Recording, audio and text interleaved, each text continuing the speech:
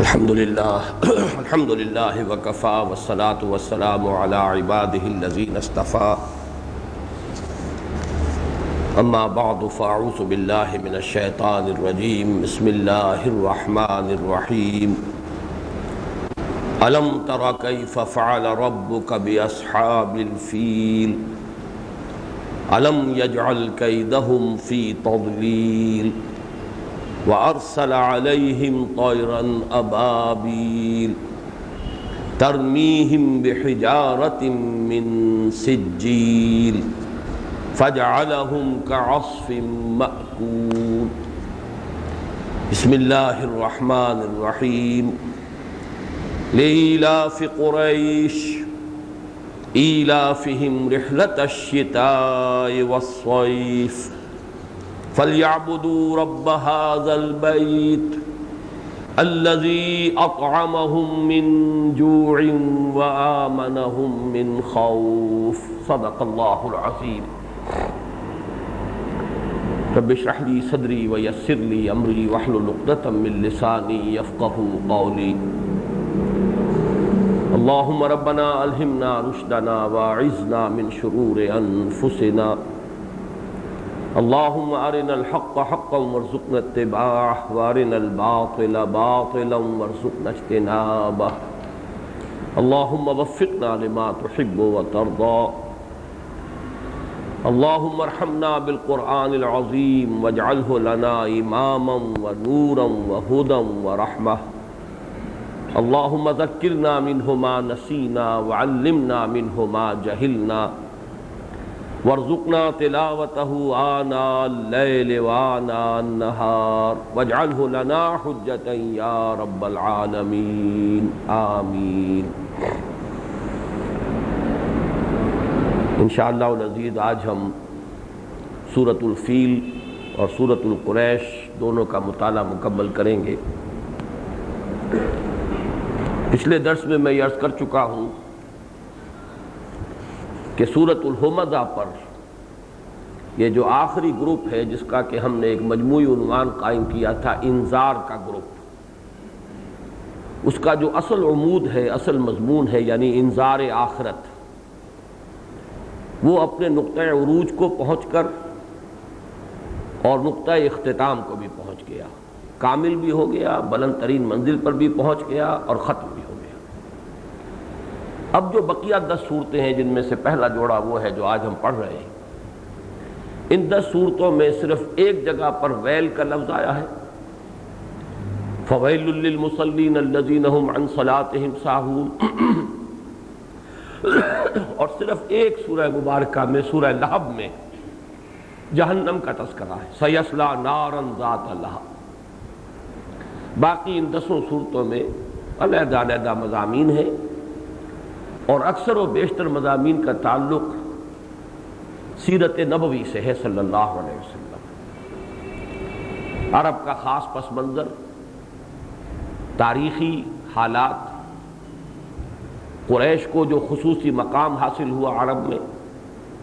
اس کا بھی تاریخی اور ثقافتی پس منظر، یہ ان 2 صورتوں میں سامنے آئے گا۔ پھر نبی اکرم صلی اللہ علیہ وسلم کی فضیلت، آپ کو جو مرتبہ بلند حاصل ہے،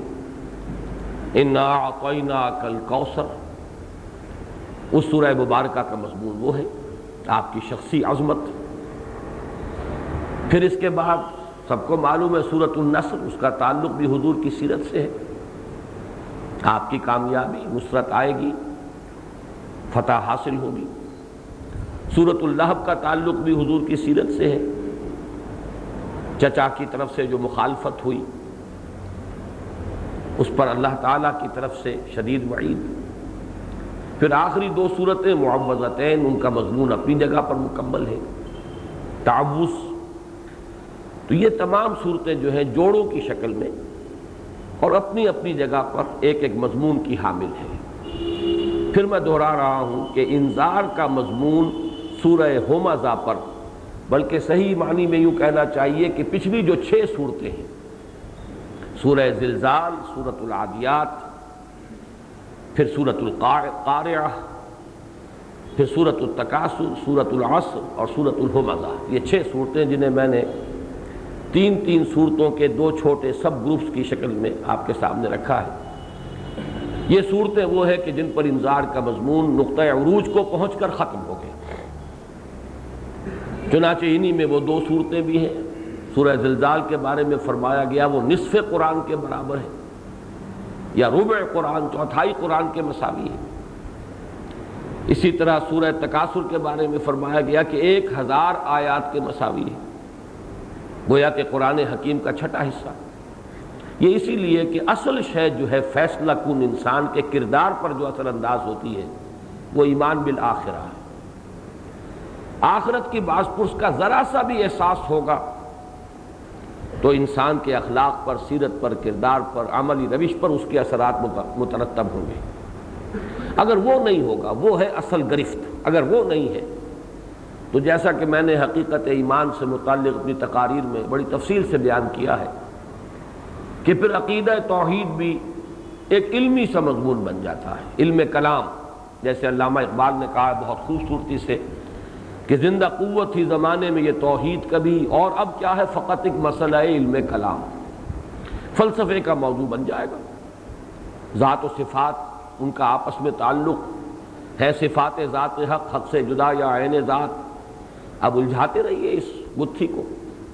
سلجھنے والی ہے ہی نہیں کہ کس نقشد و نقشایت بحکمتی معمارہ۔ یہ تمام بحثیں جو ہے علمی ہوں گی، معرفت کے مضامین بن جائیں گے۔ انسان کے کردار پر اثر انداز ہونے والی اصل شے آخرت کے باعث پرس کا احساس ہے، اور یہ احساس جو ہے شدت کے ساتھ ان صورتوں میں بہت نمایاں ہو کر آتا ہے۔ واقعہ یہ ہے کہ لرزہ طاری کر دینے والی صورتیں ہیں، انسان پر کب کبھی طاری ہوتی۔ لَتَرَوُنَّ الْجَحِيمَ ثُمَّ لَتَرَوُنَّهَا عَيْنَ الْيَقِينِ ثُمَّ لَتُسْأَلُنَّ يَوْمَئِذٍ عَنِ النَّعِيمِ فَمَنْ يَعْمَلْ مِثْقَالَ ذَرَّةٍ خَيْرًا يَرَهُ وَمَنْ يَعْمَلْ مِثْقَالَ ذَرَّةٍ شَرًّا يَرَهُ افلا يعلم اذا بعثر ما في القبور وحصل ما في الصدور ان ربهم بهم يومئذ لخبير فاما من ثقلت موازينه فهو في عيشة راضية واما من خفت موازينه فامه هاوية وما ادراك ما هي نار حامية۔ ان صورتوں میں خاص طور پر نوٹ کیجئے کہ وہ انداز ہے جو مولانا حالی نے جس کا ذکر کیا ہے کہ وہ بجلی کا کڑکا تھا یا صوت ہادی، عرب کی زمین جس نے ساری ہلا دی، اسی پر تو ہلچل مچی تھی۔ عما یتساءلون عن النبأ العظیم الذی هم فیہ مختلفون کلا سیعلمون ثم کلا سیعلمون۔ یہ ہے اصل شے، کردار پر اثر انداز ہونے والی، انسان کے عمل پر اثر انداز ہونے والی یہ انذار آخرہ۔ سورہ ہمزہ میں وہ اپنی انتہا کو پہنچ گیا۔ اس اعتبار سے آخرت کا تذکرہ حطمہ، کلا لینبذن فی الحطمہ وما ادراک ما الحطمہ نار اللہ الموقدہ التی تطلع علی الافئدہ انہا علیہم مؤصدۃ فی عمد ممددہ۔ اس اعتبار سے آخرت کا ذکر، جہنم کا ذکر اور اس کی شدت، اس کے اعتبار سے تو یہ 5 صورتیں، سورہ زلزال، سورۃ العادیات، سورۃ القارعہ، سورۃ التکاثر، سورۃ الہمزہ، لیکن ایک سادہ انداز میں والعصر ان الانسان لفی خسر الا الذین آمنوا وعملوا الصالحات وتواصوا بالحق وتواصوا بالصبر۔ میں یہ عرض کر چکا ہوں کہ انذار معنوی طور پر اپنی انتہا کو پہنچا اس سورہ مبارکہ، وہ لفظی طور پر ہے جہنم کا تذکرہ، آگ کا تذکرہ، اس کی شدت، اس کی تمازت، اس کی سختیاں، لیکن معنوی اعتبار سے تمام انسان خسارے اور گھاٹے سے دوچار ہوں گے، ہلاک و برباد ہوں گے، ما سوائے ان کے جو 4 شرطیں پوری کریں۔ امام راضی کا جملہ بارہا میں آپ کو سنا چکا اور میرے کتابچے میں درج ہے۔ ہذہ الآیۃ فیہا وعید شدید، شدید ترین وعید ہے، اس لیے کہ 4 شرطیں لگا دی گئی ہیں، چاروں ہوں گی تو نجات کے امیدوار بن سکتے ہو، ورنہ وہ خسران عمومی میں تم بھی شامل ہو جاؤ۔ بہرحال اب اس کے بعد جو یہ جوڑا آج ہم پڑھ رہے ہیں، سورۃ الفیل اور سورۃ القریش، جیسا کہ میں نے عرض کیا مضمون ان کا ہے مکے کا تاریخی پس منظر، قریش کا تاریخی پس منظر، انہیں جزیرہ نما عرب میں جو خصوصی حیثیت حاصل تھی اس کا تاریخی پس منظر، پھر جیسا کہ میں نے عرض کیا سیرت النبی سے بڑا گہرا تعلق ہے، اس لیے کہ عام الفیل جو ہے، جس سال میں یہ مکے پر ابرہہ نے حملہ کیا تھا،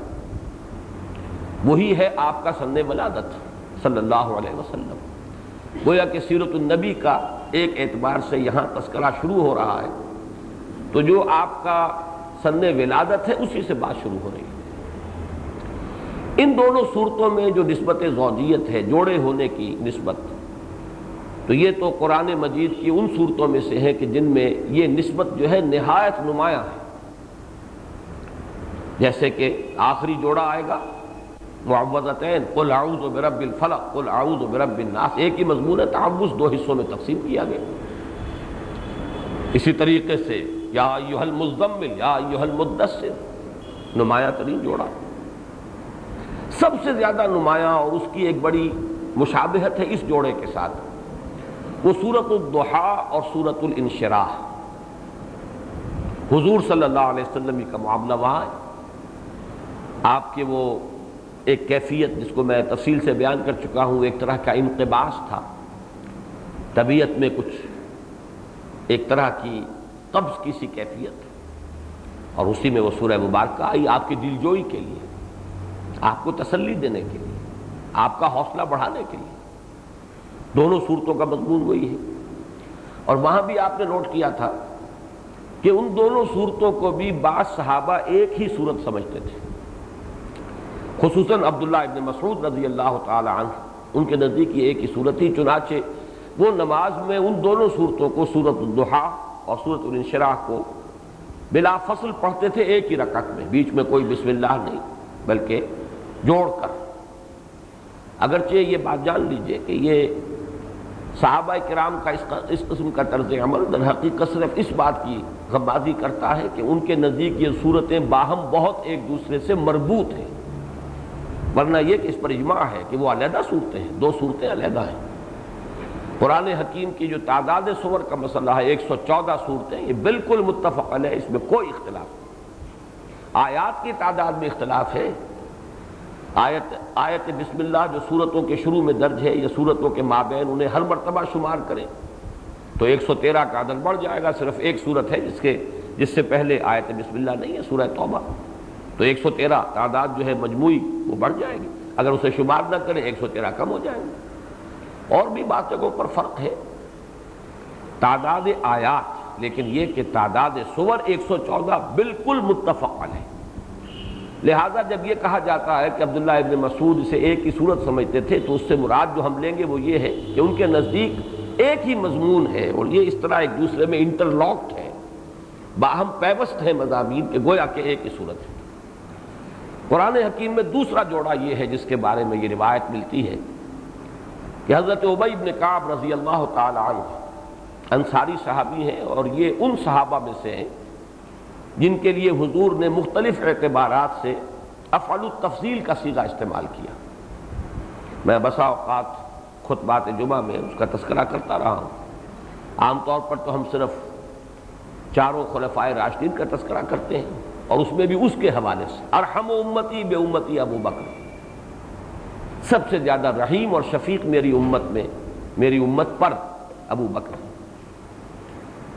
اشدہم فی امر اللہ عمر، یہ بھی افعل التفضیل، اشدہم، سب سے زیادہ سخت اللہ کے معاملے میں، اللہ کی بات، اللہ کے دین کا معاملہ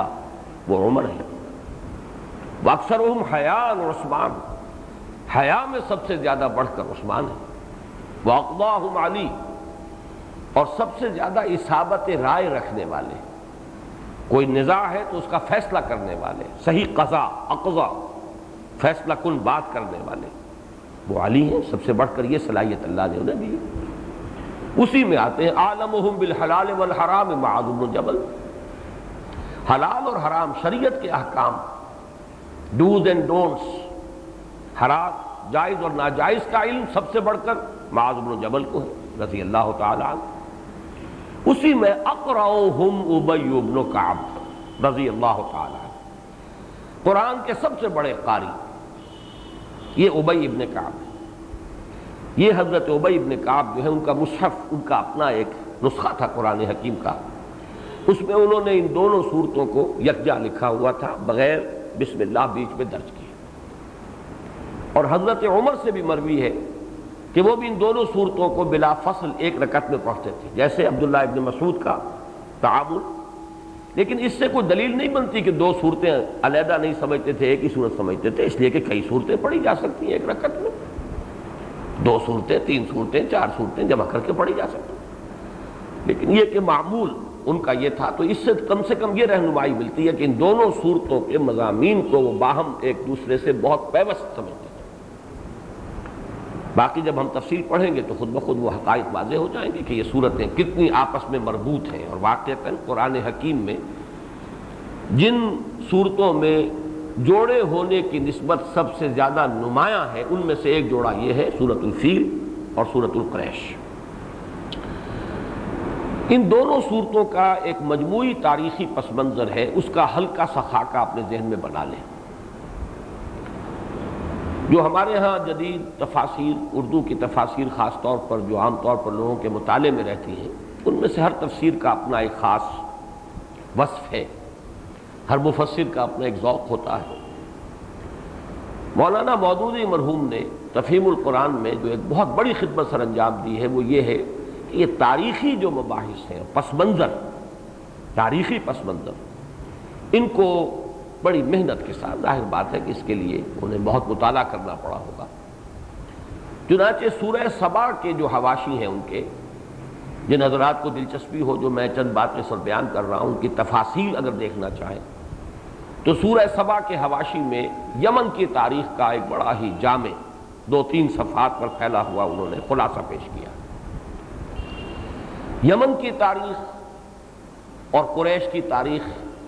ان کا ایک بڑا باہمی ربط ہے، بہت گہرا ربط ہے، اگرچہ اس کی طرف انہوں نے اشارہ نہیں کیا ہے. لیکن یہ ہے کہ جب سورۃ القریش پر آئے ہیں تو قریش کی تاریخ کا کوئی اجمالی نقشہ بیان کیا ہے، اور ان کا اگر آپ دونوں کا مطالعہ کریں گے تو وہ جو ایک باہمی ربط اور نسبت ہے وہ بہت گہری ہو کر سامنے آئے گی. تو اس میں میں چاہتا ہوں کہ یہ دونوں چیزیں پہلے آپ اپنے ذہن میں ان کے اجمالی خاکے مرتب کر لیں. یمن ان خطوں میں سے ایک ہے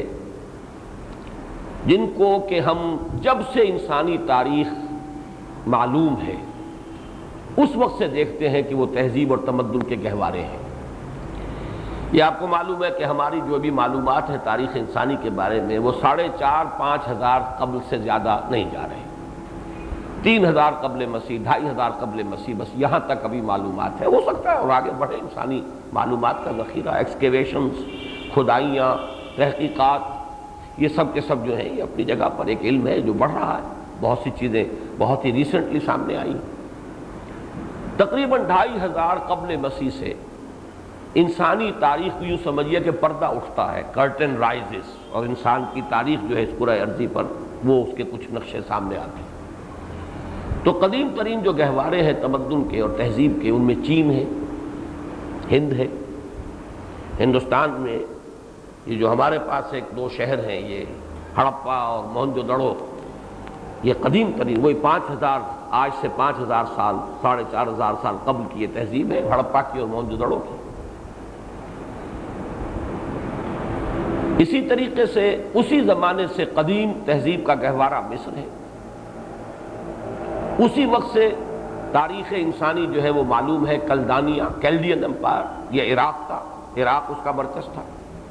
اور اسی وقت سے یمن کی تاریخ بھی ہے. 2,500 سال قبل مسیح سے اس کا سلسلہ شروع ہو جاتا ہے. اس میں جو ان کا بہت عروج کا دور ہے وہ قوم سبا کا دور ہے. سبا، اس کا ذکر قرآن مجید میں پوری صورت بھی ہے جس میں ان کا تذکرہ ہے. سورۃ النمل میں بھی تذکرہ موجود ہے. ملکہ سبا تھی، بلقیس جو ایمان لائی تھی اور حضرت سلیمان علیہ السلام کے ہاتھ پر ایمان لا کر،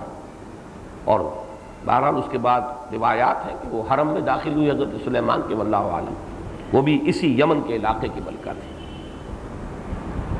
اس قوم سبا کو جو عروج حاصل ہوا ہے، اور مغربی جو مورخین انہوں نے بڑی تفاصیل بیان کی ہے، تو 2 چیزیں ان کے عروج کی بنیاد تھی، ان کی خوشحالی کی بنیاد. ایک زراعت، ایک بہت بڑا بند انہوں نے تعمیر کیا تھا. وہی بند جب ٹوٹا ہے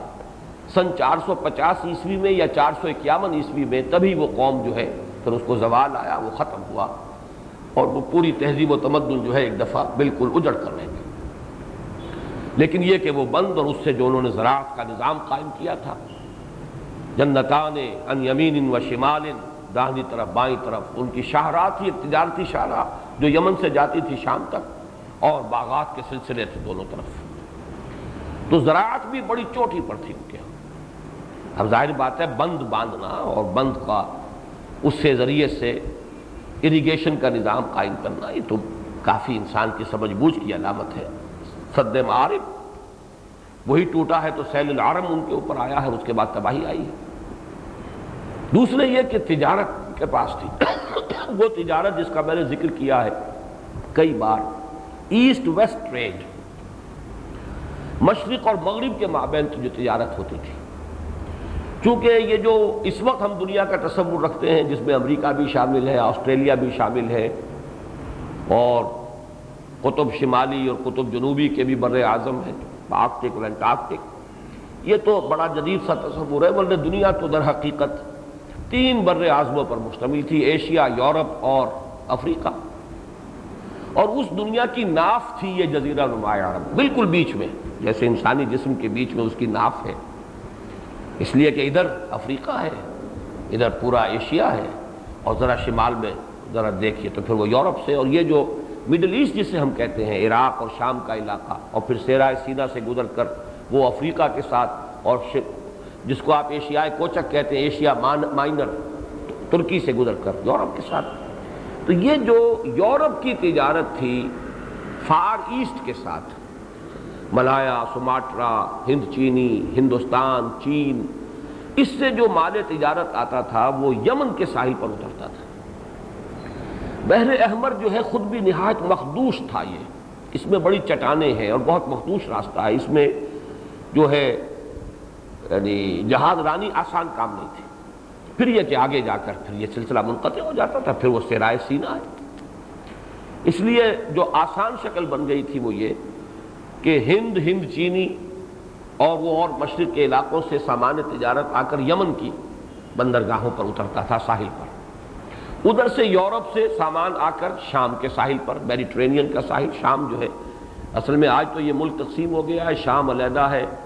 اور اسرائیل علیحدہ ہے، لبنان علیحدہ ہے، لیکن حقیقت میں جارڈن علیحدہ، یہ چاروں ملک در حقیقت ایک ہی ملک کے حصے ہیں۔ یہ حصے تو ہوئے ہیں اس صدی کے شروع میں، جنگ عظیم اول کے بعد، ورنہ یہ ایک ہی ملک تھا شام۔ جزیرہ نما عرب نیچے سے آتا ہے، جنوب میں اس کا سب بیس سمجھیے ٹرائنگل بنتی ہے وہ ایک، اور اس کا بیس جو ہے ٹرائنگل کا قاعدہ جو ہے وہ جنوب میں ہے، اور دونوں طرف سے پھر یہ خاص طور پہ مشرق سے خلیج فارس آتی ہے، یہ بالکل ترچھی ہے، یہ شمال مغرب کی طرف اس کا رخ ہے، جنوب مشرق سے شمال مغرب کی طرف، ادھر سے یہ بحر احمر آ رہا ہے،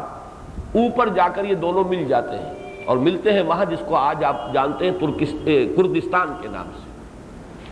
یہ ہے عرب، یہ پوری ٹرائنگل عرب ہے۔ اس کے 3 حصے ہوتے تھے، الجزیرہ، یعنی جزیرہ نما عرب تو یہ ہے جسے آج آپ کہتے ہیں عرب،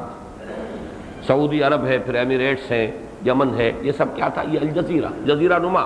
اس لیے کہ نیچے بھی سمندر، داہنی طرف بھی سمندر، بائیں طرف بھی سمندر، تو ایک جزیرہ نما ہے، 3 طرف سے جو سمندر سے گھرا ہوا وہ جزیرہ نما ہے۔ اور اوپر جو تھا اس کو عراق عرب اور شام عرب، یہ عرب ہی کے 3 حصے تھے، عراق عرب، شام عرب اور الجزیرہ، جزیرہ نما عرب۔ تو یہ جان لیجئے کہ یہ جو ہے ناف زمین کی جسے میں نے کہا ہے، تو تجارت جو تھی مشرق و مغرب کی وہ اس کے لیے لینڈ روٹ وہ بھی تھا، بحری تجارت بھی ہوتی تھی، لیکن جیسا کہ میں نے عرض کیا وہ مخدوش تھی، اور اس میں ادھر حبشہ ہے ریڈ سی کے بائیں طرف، تو حبشہ کے ساحل پر بھی بندرگاہیں، اور ادھر سے یہ بندرگاہیں جو ہے جدہ کی بندرگاہ، یمبو کی بندرگاہ، یہ تمام جو ہے یہ ادھر ہیں۔ یہ جو ایسٹ ویسٹ ٹریڈ ہے یہ بہت طویل عرصے تک قوم سبا کے پاس رہی، زراعت بھی، تجارت بھی۔ تجارت ان کی بحری تجارت بھی تھی اور بری تجارت بھی تھی، طویل عرصے تک، اس وقت تک ابھی قریش کا کوئی نام و نشان بھی نہیں تھا۔ بنی اسماعیل کے مختلف خاندان، مختلف قبیلے منتشر آباد تھے مختلف جگہوں پر، سب کے سب ابھی حرم میں اور مکے میں آ کر آباد بھی نہیں ہوئے تھے، کچھ خاندان ان کے یہاں تھے، باقی سب منتشر تھے حجاز کے مختلف علاقوں کے اندر۔ لیکن اب ایک نوٹ کر لیجئے، ایک سن 450 یا 451 میں وہ بند ٹوٹا، عذاب آیا، ساری اریگیشن ان کی برباد ہو گئی، بستیاں جو ہے بند کے پانی میں بہہ گئی۔ تو یہاں سے پھر عرب نکلے ہیں اور مختلف شہروں میں جا کر آباد ہوئے۔ یہ حضور صلی اللہ علیہ وسلم کی ولادت سے کتنا عرصہ پہلے ہوا؟ 571 میں آپ کی ولادت ہے اور 450 یا 51 میں یہ ہو رہا ہے۔ 130 برس قبل آپ کی ولادت سے یہ حادثہ پیش آیا اور یہ قبائل جو تھے یمن کے یہ منتشر ہوئے، چنانچہ یہ اوس اور خزرج کے قبیلے بھی یمن سے آ کر آباد ہوئے مدینے میں۔ اسی طریقے سے یہ شمال اور عراق کے بہت سے قبائل جو ہیں یہ بھی یمن سے نکلے ہوئے تھے اس تباہی اور بربادی کے بعد، جو جا کر وہاں آباد ہوئے۔ لیکن اسی زمانے میں اب ادھر آ جائیے، حضرت ابراہیم نے اپنی ایک نسل کی ایک شاخ کو جو آباد کیا تھا بیت اللہ کے پاس، ربنا انی اسکنت من ذریتی بواد غیر ذی زرع عند بیتک المحرم ربنا لیقیموا الصلاۃ۔ تو ان میں سے جو قبائل تھے بنی اسماعیل کے، حضرت اسماعیل علیہ الصلوۃ والسلام کی اولاد ہے، ان کی نسل سے ہیں، یہ حجاز کے مختلف علاقوں میں یہ منتشر تھے۔ لیکن اس وقت پھر ایک شخصیت ظہور میں آتی ہے جس کا سن پیدائش ہے سن 400 عیسوی، قصی ابن کلاب۔ یہ گویا کہ حضور صلی اللہ علیہ وسلم کی چھٹی پشت میں آئیں گے۔ قصی 400 عیسوی میں پیدا ہو رہے ہیں، تو تقریباً 450 کے آس پاس ہی ان کا وہ زمانہ ہے کہ جس کو کہا جاتا ہے کہ سرداری اور ان کی عظمت کا زمانہ ہے۔ انہوں نے یہ کیا کہ یہ بنو اسماعیل جو منتشر تھے ان سب کو دعوت دی کہ آؤ مکے میں آباد ہو جاؤ، حرم میں آ کر اسی کے مجاور بن جاؤ۔ یہ مجاور کا لفظ ہمارے ہاں برے سینس میں استعمال ہوتا ہے، وہ مزاروں کے مجاور ہوتے ہیں۔ تو مجاور اصل میں کہتے ہیں کہ کوئی پڑوسی، مجاورت، جار کہتے ہیں پڑوسی کو، مجاور جو کسی کا پڑوسی ہو۔ تو گویا کہ حرم کے پڑوسی بن جاؤ، حرم کے پاس آ کر آباد ہو جاؤ۔ تو اس نے جمع کیا ہے قصی ابن کلاب نے، اور جیسا کہ میں عرض کر رہا ہوں تقریباً وہی زمانہ، وہی 5ویں صدی عیسوی کا وسط۔ یہ قبائل جمع ہوئے، اسی لیے قصی کو کہا جاتا المجمع، جمع کرنے والا۔ مختلف گھرانے جو تھے اس خاندان کے بنی اسماعیل کے، اس کی دعوت پر یہاں پر آ کر جمع ہو گئے۔ اس کے 3 بیٹے تھے، ان میں سے عبد مناف جو ہے وہ زیادہ سربراہ بردہ اور بہت زیادہ معتبر ہوا، اگرچہ تقسیم ہوئے تھے جب اس نے ایک ریاست سے قائم کر لی مکے میں، اور حرم اس کا مرکز ہے۔ تو مختلف جو اس کے اہم مناصب تھے وہ 3 بیٹوں میں تقسیم ہوئے۔ ان میں سے عبد مناف کے بیٹے ہیں ہاشم، 4 بیٹے، ہاشم، مطلب، عبد شمس اور نوفل۔ اب چونکہ ہاشم کا سن پیدائش ہے 464، گویا کہ قوم سبا تباہ ہو چکی 451 میں، بند ٹوٹ چکا، اس کی مرکزیت ختم ہوئی، شیرازہ منتشر ہوا، لہذا وہ اب خلا پیدا ہوا، ایسٹ ویسٹ ٹریڈ کے ضمن میں بھی یہ خلا پیدا ہوا۔ اس وقت یہ سمجھ آئی ہاشم کو کہ ہمیں یہ چاہیے کہ یہ جو خلا پیدا ہوا اسے ہم پر کریں اور تجارت اپنے ہاتھ میں۔ بہت ذہین انسان تھے، انہوں نے اپنے 3 بھائیوں کو بھی جمع کیا، ایک بڑی مضبوط جمعیت قائم کی۔ انہوں نے سفر کیے آس پاس کے ممالک کے، اور مختلف ممالک سے معاہدے کر کے وہاں سے تجارتی مراعات حاصل کی۔ چنانچہ ہاشم خود گئے شام، اور جو غسانی بادشاہ وہاں کا تھا اس سے انہوں نے معاہدہ کیا، مراعات حاصل کر لی۔ جیسے آپ کو یاد ہوگا انگریز جب یہاں آئے تھے تو ایسٹ انڈیا کمپنی نے مغل شہنشاہوں سے سب سے پہلے تجارتی مراعات حاصل کی تھی، ہمیں اجازت ہونی چاہیے ہم تجارتی کوٹھیاں بنا لیں، خاص طور پر شاہجہاں سے۔ شاہجہاں جو ہے چونکہ بواسیر کا مریض تھا اور بہت شدید تکلیف تھی، اور کوئی دیسی اطباء اور جراح جو تھے ان سے فائدہ نہیں ہو رہا تھا۔ ایک انگریز ڈاکٹر نے آ کے آپریشن کیا اور اسے صحت ہو گئی۔ اس نے کہا مانگو کیا مانگتے ہو؟ انہوں نے مانگا صرف یہ کہ ہمیں تجارتی حقوق دے دیے جائیں کہ ہم ہندوستان کے ساحل پر اپنی کوئی تجارتی منڈیاں بنا لیں تاکہ ہم تجارت کر سکیں۔ بس وہ حقوق حاصل ہوئے، وہاں سے قدم بڑھا ان کا، اس لیے کہ پھر سامان تجارت کے جو بڑے بڑے کریٹس آتے تھے اس میں اسلحہ آنا شروع ہو گیا، ان کی منڈیوں کو تحفظ حاصل تھا، وہاں پر کوئی چھاپا نہیں مارا جا سکتا تھا تو وہ اسلحہ وہاں جمع ہوتا تھا، ہوتے ہوتے وہ تاجر جو بن کر آئے تھے وہ یہاں کے حاکم بن گئے۔ تو یہی معاملہ کیا، ہاشم گئے غسان، شاہ غسان سے انہوں نے براعت حاصل کی، عبد شمس کو بھیجا انہوں نے، حبشہ کا عیسائی فرما روا، ان سے جا کر براعت حاصل کی۔ مطلب کو بھیجا، وہ یمنی عمراء کے پاس گئے، جو بھی تھوڑی بہت وہاں پہ بچی کھچی مختلف آبادی رہ گئی، اور وہ ظاہر بات ہے مرکزی حکومت تو ختم ہوئی قوم سبا کی، لیکن عمراء طوائف الملوکی کا دور جیسے ہوتا ہے، ہر بڑی سلطنت کے خاتمے کے بعد طوائف الملوکی آتی ہے، تو یمنی عمراء سے انہوں نے اسی طرح کا معاملہ کیا۔ نوفل نے عراق اور فارس کے جو بھی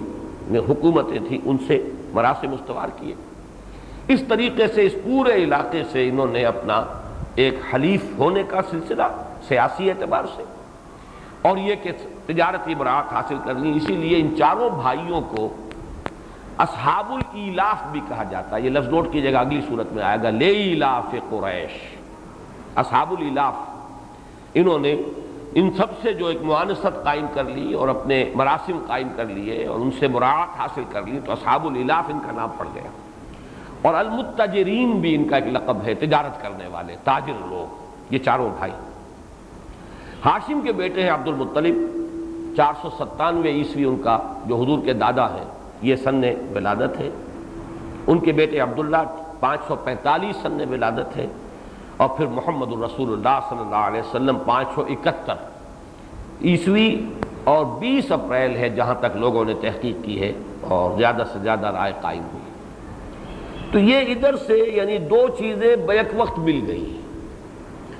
وہ تجارت جو سبا کے پاس تھی، خلا پیدا ہوا سبا کی بربادی سے،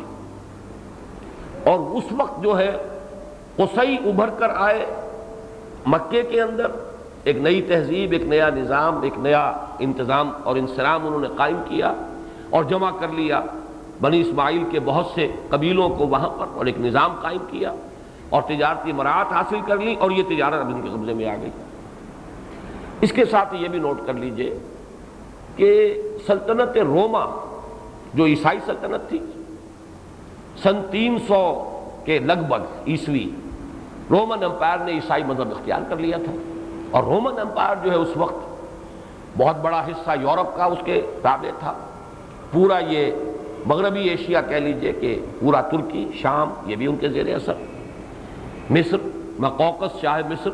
وہ بھی عیسائی تھا جس کے پاس حضور صلی اللہ علیہ وسلم کا نام مبارک گیا۔ پھر اس سے نیچے اتریے، یہ سوڈان اور حبشہ، اس میں نجاشی، یہ بھی عیسائی۔ تو یمن جو ہے چونکہ جغرافیائی اعتبار سے ویسے تو یہ کہ عرب کا حصہ ہے، ایشیا کا خطہ ہے، لیکن یہ کہ یمن بالکل منقطع ہے بقیہ تمام عرب سے، اس کے مشرق میں بھی بہت بڑا صحرا، اور یہ شمال کی طرف بھی جو ہے بہت ہی دشوار گزار راستہ تھا پہاڑی حجاز کا۔ اس کے برعکس ادھر سے افریقہ کا جو ایک نکلتا ہے ہارن سا، وہ بہت قریب آ جاتا ہے یمن کے۔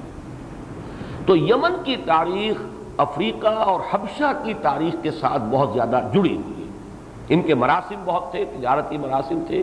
بحر احمد جو ہے میں نے عرض کیا، ریڈ سی کے دونوں طرف، دونوں ساحل، شرقی بھی غربی، ان پر ان کی تجارتی منڈیاں قائم تھیں، بندرگاہوں پر، اور یہ پورا علاقہ ہے جو عیسائی مذہب کا حامل تھا۔ تو اس وہی حبشہ کا ایک شہنشاہ نجاشی، اس نے ایک زمانہ آیا ہے تھوڑا سا کہ جس میں ایک یہودی دور بھی آیا ہے، یہاں پر حکومت قائم ہوئی ہے یمن میں۔ لو نواس وہ بادشاہ تھا جس نے کہ پھر عیسائیوں پر، نجران کے عیسائیوں پر بڑا ظلم و ستم کیا ہے، اور انہیں جو اصحاب الاخدود کا واقعہ ہم پڑھ چکے ہیں سورۃ البروج میں، وہ ذو نواس کا دور ہے۔ لیکن اس کے بعد پھر حبشہ کی طرف سے حملہ ہوا یمن پر، پھر عیسائی حکومت قائم ہو گئی۔ وہاں ایک شخص ابھر آیا، ابرہہ الاشرم۔ یہ پہلے ایک سپہ سالار تھا، لیکن اس کے بعد اس نے جو بھی اس وقت گورنر تھا حبشہ کی طرف سے یمن کا، اسے قتل کیا، خود اختیارات ہاتھ میں لے لیے۔ حبشہ کے بادشاہ صرف کو بھی راضی کر لیا کہ آپ گھبرائیں نہیں، میں آپ سے بغاوت نہیں کر رہا، جیسے وہ آپ کا تابع تھا، فرما بردار تھا، ایسے ہی میں رہوں گا۔ اور کچھ مجبوری تھی نجاشی کی بھی کہ اس نے اس کو تسلیم کر لیا۔ اس نے پھر اصل میں اب تاریخ دان تو ادھر نہیں گئے ہیں، صرف ایک واقعہ بیان کر رہے ہیں کہ اس نے ایک بہت بڑا کلیسا بنایا القلیس، کلیسا القلیس کے نام سے، اور وہ بہت ہی شاندار عمارت اور اس کی ڈیکوریشن اور بڑی قیمتی لکڑیاں اور ہاتھی دانت کا استعمال بہت ہی عمدہ۔ وہ یہ چاہتا تھا کہ عرب میں مرکزیت حاصل ہو جائے اس القلیس کو، اور کعبے کی جو مرکزیت ہے وہ ختم ہو جائے۔ اس کو عام طور پر سمجھا گیا ہے کہ یہ صرف کوئی مذہبی مسئلہ تھا، حقیقت میں یہ صرف مذہبی مسئلہ نہیں تھا۔ میرے نزدیک یہ وہی تجارت جو ہے قریش کے ہاتھ سے لے کر دوبارہ یمن چاہتا تھا کہ اس تجارت پر اپنا قبضہ کرے، اس لیے کہ یہ جو پورا راستہ تھا جو حجاز میں سے ہو کر گزرتا تھا، تجارتی شاہراہ، مغربی ساحل کے ساتھ ساتھ تہامہ، اس کو تہامہ کہتے ہیں، یعنی عرب کا جو مغربی ساحل ہے اس کے ساتھ ساتھ تھوڑا سا میدانی علاقہ ہے، اور پھر ادھر مشرق میں وہ ایک حجاز جسے کہتے ہیں، یہ ہے پہاڑی علاقہ۔ حجاز کہتی پردے کو ہے، یہ پہاڑی علاقہ گویا کہ درمیان میں حائل ہے۔ مشرق کے اندر بھی ان کے ایک میدانی سا علاقہ ہے، اگرچہ سطح مرتفع ہے وہ نجد، اور مغرب میں تہامہ ہے، وہ میدان ہے۔ تو تہامہ میں سے ہو کر یہ گزرتے تھے قافلے، اور یہاں جو ہے عرب قبائل تھے، ان کا پیشہ رہزنی تھا، لوٹ مار۔ صرف قریش کے قبائل جو ہیں ان کے قافلے وہ محفوظ تھے،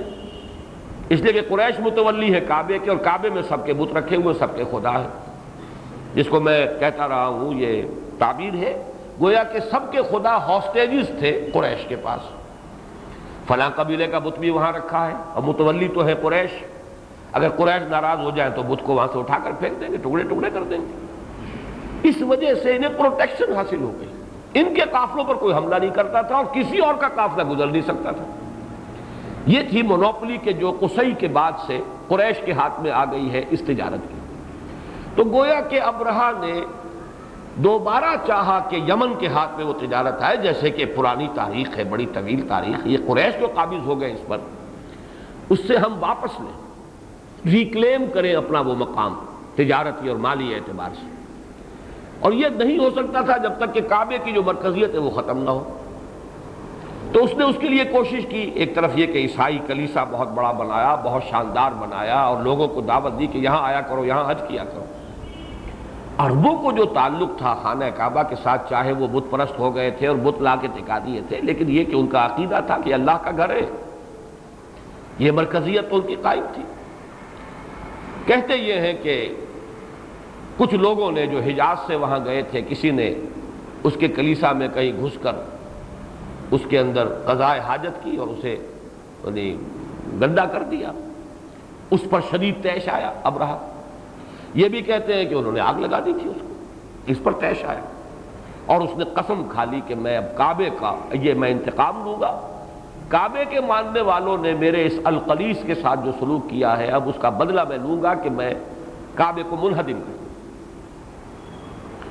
جیسا کہ میں نے عرض کیا، یہ واقعات تو ہیں کہ جو تاریخ میں موجود ہیں، لیکن میرے نزدیک واللہ عالم اصل شے جو ہے وہ کعبے کے انہدام سے اس کا مقصد یہ تھا کہ قریش کو جو مقام حاصل ہے، جو آ رہا ہے، فَلْيَعْبُدُوا رَبَّ هَذَا الْبَيْتِ الَّذِي أَطْعَمَهُم مِّن جُوعٍ وَآمَنَهُم مِّن خَوْفٍ، تو وہ بیت ہی ختم کر دیا جائے، وہ مرکزیت ختم ہو جائے، تاکہ قریش کو جو مراعات حاصل ہیں، جو تحفظ حاصل ہے عرب کے اندر، وہ ختم ہو جائے، اور پھر ہم وہ تجارت جو ہے دوبارہ اس پر قبضہ کر لیں۔ یہ اس کا ذکر آئے گا ابھی جو میں بعد میں بیان کروں گا۔ بہرحال اس کے لیے اس نے 60,000 کا لشکر کہتے ہیں تیار کیا، اس لیے کہ حبشہ سے بھی اجازت لی، وہاں سے بھی کمک آئی، فوج 60,000 جس کے ساتھ ہاتھی بھی تھے، ایک بہت بڑا ہاتھی تھا، محمود اس کا نام تھا، اور بعض کے نزدیک 8 اور تھے یعنی کل 9، اور بعض روایات کے مطابق 12 ہاتھی اور تھے یعنی کل 13 محمود سمیت۔ یہ لشکر لے کر چلا ہے، اور منہدم کرنا کعبے کا یہ اس کا مقصد تھا۔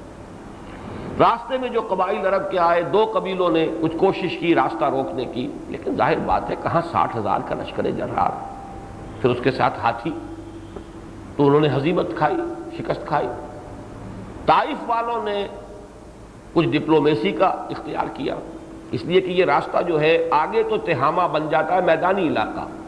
لیکن نیچے جو ہے یمن سے لے کر اور مکہ مکرمہ تک یہ راستہ بہت دشوار گزار ہے۔ اب تو ایک سڑک بن گئی ہے جو ساحل کے ساتھ ساتھ بھی جاتی ہے، لیکن یہ کہ پہلے وہ راستہ ساحلی موجود نہیں تھا یمن سے لے کر مکے تک۔ لہذا وہ تجارتی شاہراہ طائف سے ہو کر گزرتی تھی اور طائف سے مکے سے ہو کر پھر وہ تہامہ میں داخل ہوتی تھی۔ یہاں جب طائف تک وہ پہنچا ہے تو ثقیف جو قبیلہ تھا اس نے اس کے ساتھ جو ہے مصالحت کر لی، اور وہ در حقیقت لات کے پجاری تھے اور ان کا مندر وہی طائف میں تھا، ان کا بڑا معبود جو ہے ان کے اپنی تحویل میں تھا، اپنے پاس تھا، وہ قریش کے پاس ہاسٹیج نہیں تھا۔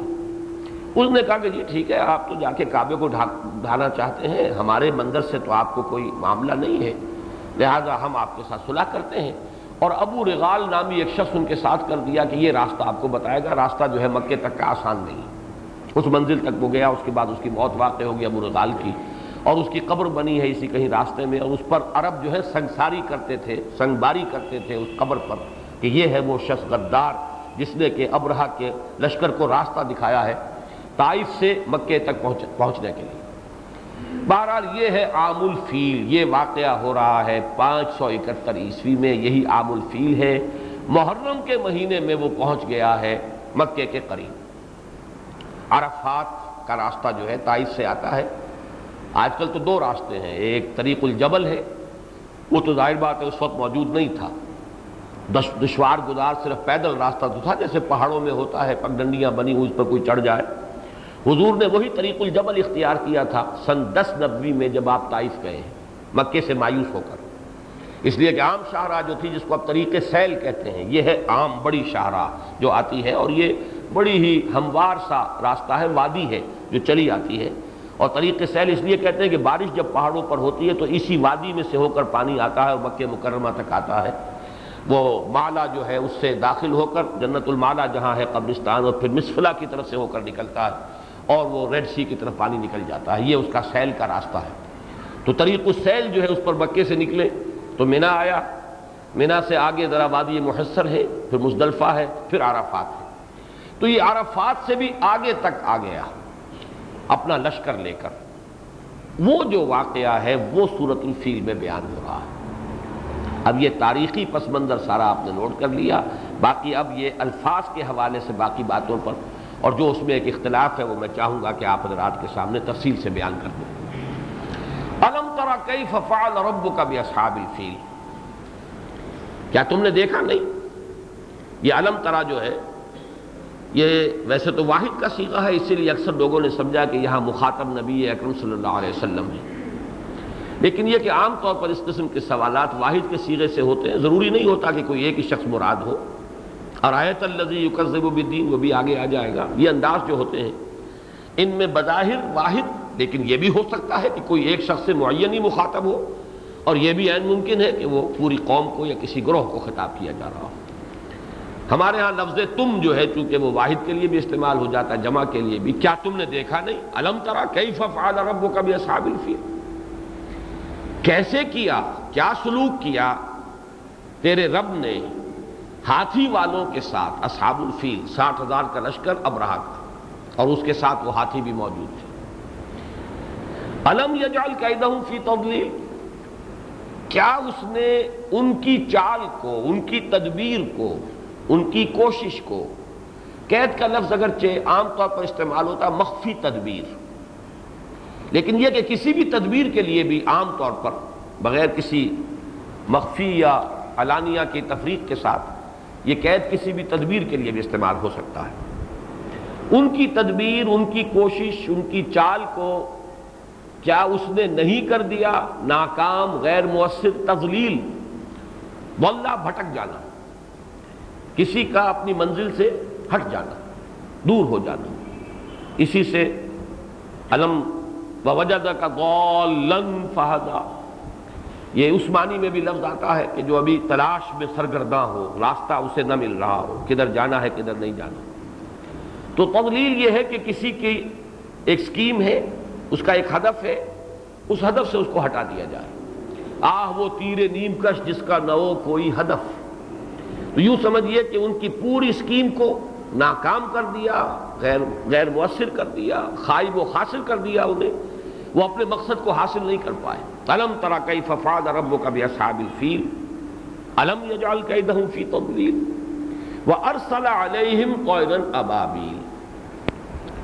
اور بھیجے ان پر پرندے جھنڈ کے جھنڈ. طائرن جمع کے لیے ہے. ابابیل اگرچہ ہمارے ہاں ایک خاص پرندے کو بھی ابابیل کہہ دیتے ہیں، لیکن حقیقت میں ابابیل عربی زبان میں کسی پرندے کا نام نہیں ہے، بلکہ جھنڈ کے جھنڈ. گھوڑے بھی، اور خاص طور پر زیبرا آپ کو معلوم ہے کہ وہ کس طرح ایک بڑے گروہ کی شکل میں ہوتا ہے اور دوڑتا ہے جب تو بس ایک ہی سمت میں معلوم ہوتا ہے کہ طوفان آ گیا ہے،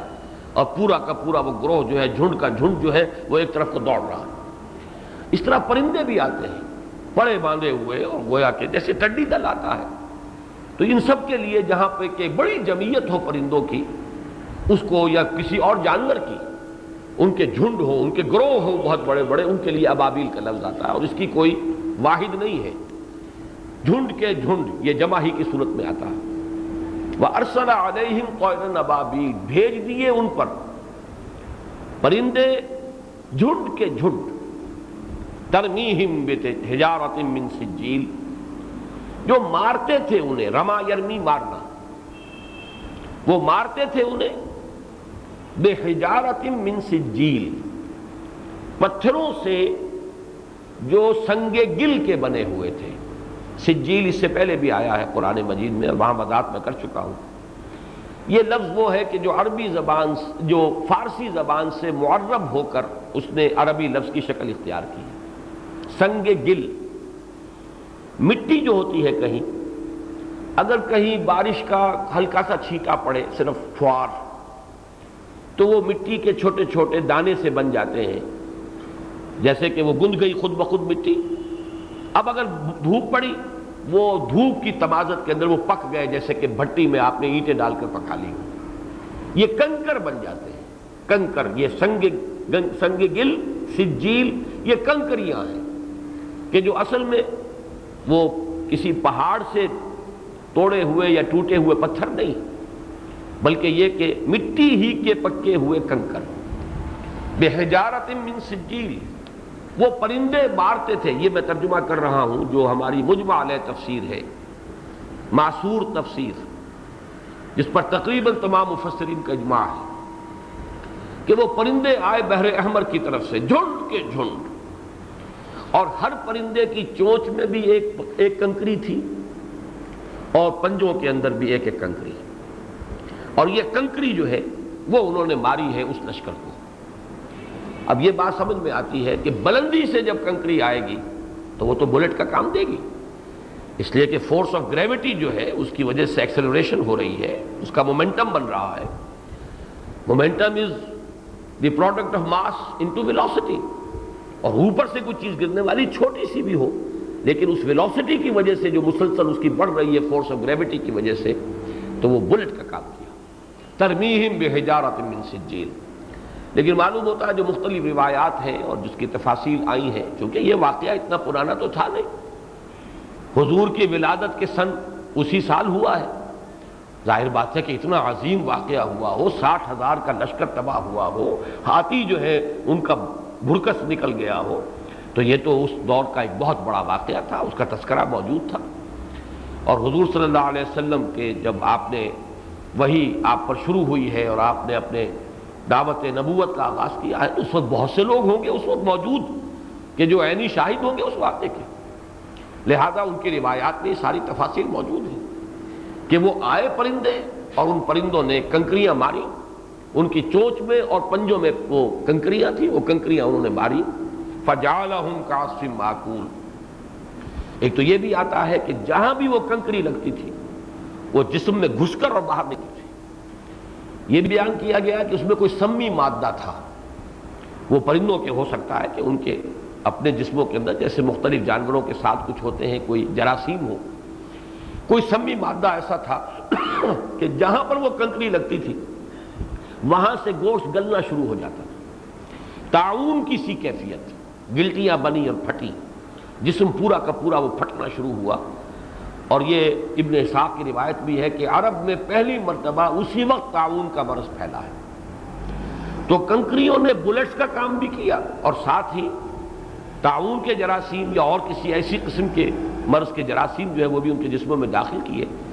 جس سے پھوڑے نکلے اور جسم گلا اور پھٹا،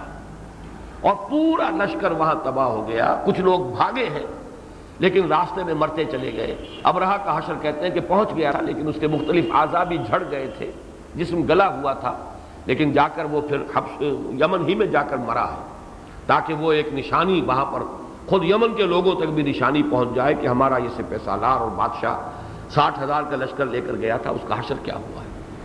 فَجَعَلَهُمْ كَعَصْفٍ مَّأْكُولٍ، تو اس نے کر دیا، یعنی اللہ نے کر دیا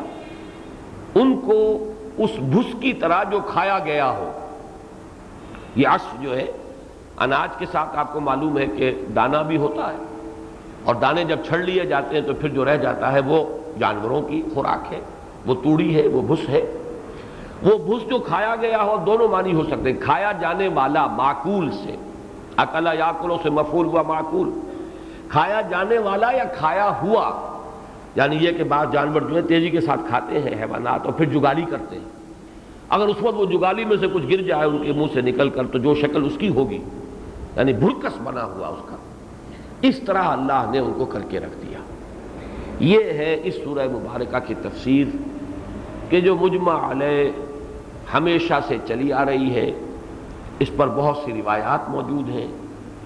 ابن اسحاق جو بہت اولین سیرت نگار ہیں نبی اکرم صلی اللہ علیہ وسلم کے، انہوں نے جو تفاصیل دی ہیں وہ یہی ہے۔ پھر یہ کہ اس کے بعد جب بہت مرتب ہوئے مجموعے ابن کثیر وغیرہ کے، ان میں بھی ساری تفاصیل یہی ہے۔ لیکن اس دور میں ایک خاص پس منظر میں ایک رجحان پیدا ہوا اس کی کوئی اور تعویل کرنے کا۔ یہ میں چاہتا ہوں کہ اس کا پس منظر جو ہے آپ کو اچھی طرح سمجھا دوں، اور چونکہ اس کے ضمن میں مجھے مولانا فراہی رحمۃ اللہ علیہ کے بارے میں بھی کچھ عرض کرنا ہے، تو کیا خاص سبب ہے کہ میں ان حضرات سے اگر کوئی اختلاف ہوتا ہے، مولانا مودودی سے کوئی اختلاف ہو کسی جگہ پر، اسے نمایاں کر کے بیان کر دیتا ہوں۔ مولانا اصلاحی سے، ان کے استاد مولانا فراہی سے ہو تو اسے بھی نمایاں کر کے بیان کرتا ہوں۔ تو میں چاہتا ہوں کہ یہ دونوں چیزیں جو ہیں ان کا پس منظر آپ کے سامنے رکھ دوں۔ میری کیوں یہ خاص دلچسپی ہے دوسرے مفسرین کے بارے میں یہ بات کیوں نہیں کرتا؟ اس کا خاص سبب یہ ہے کہ میرا اپنا ایک پس منظر ہے، اور میں نے قرآن حکیم کا جو مطالعہ کیا ہے اور جو بھی علم قرآن حکیم کا مجھے حاصل ہوا ہے، اس کے سورسز میں نے معین کیے۔ سن 76 میں نے مفصل مضمون لکھ دیا تھا، آج سے 15 برس قبل۔ وہ اب مستقل طور پر شامل ہے میری جو کتاب ہے دعوت رجوع القرآن کا منظر اور پس منظر۔ تو میں نے اس میں صراحت کے ساتھ بیان کیا ہے میری 4 بنیادی سورسز ہیں، اوریجنل سورسز، جن سے مجھے کچھ حاصل ہوا ہے قرآن مجید کا، جو بھی علم اور فہم مجھے حاصل ہے۔ ان میں سے 2 اہم تر سورسز ہیں، اس لیے کہ ان سورسز کے 2 اہم جو اشخاص ہیں اہمیت رکھنے والے، ان سے میرا ذاتی رابطہ رہا۔ ایک سورس ہے مولانا ابوالکلام اور مولانا ابوالعلا مودودی،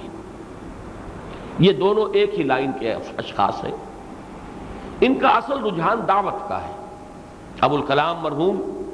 داعی تھے، داعی القرآن، بہت بڑے داعی۔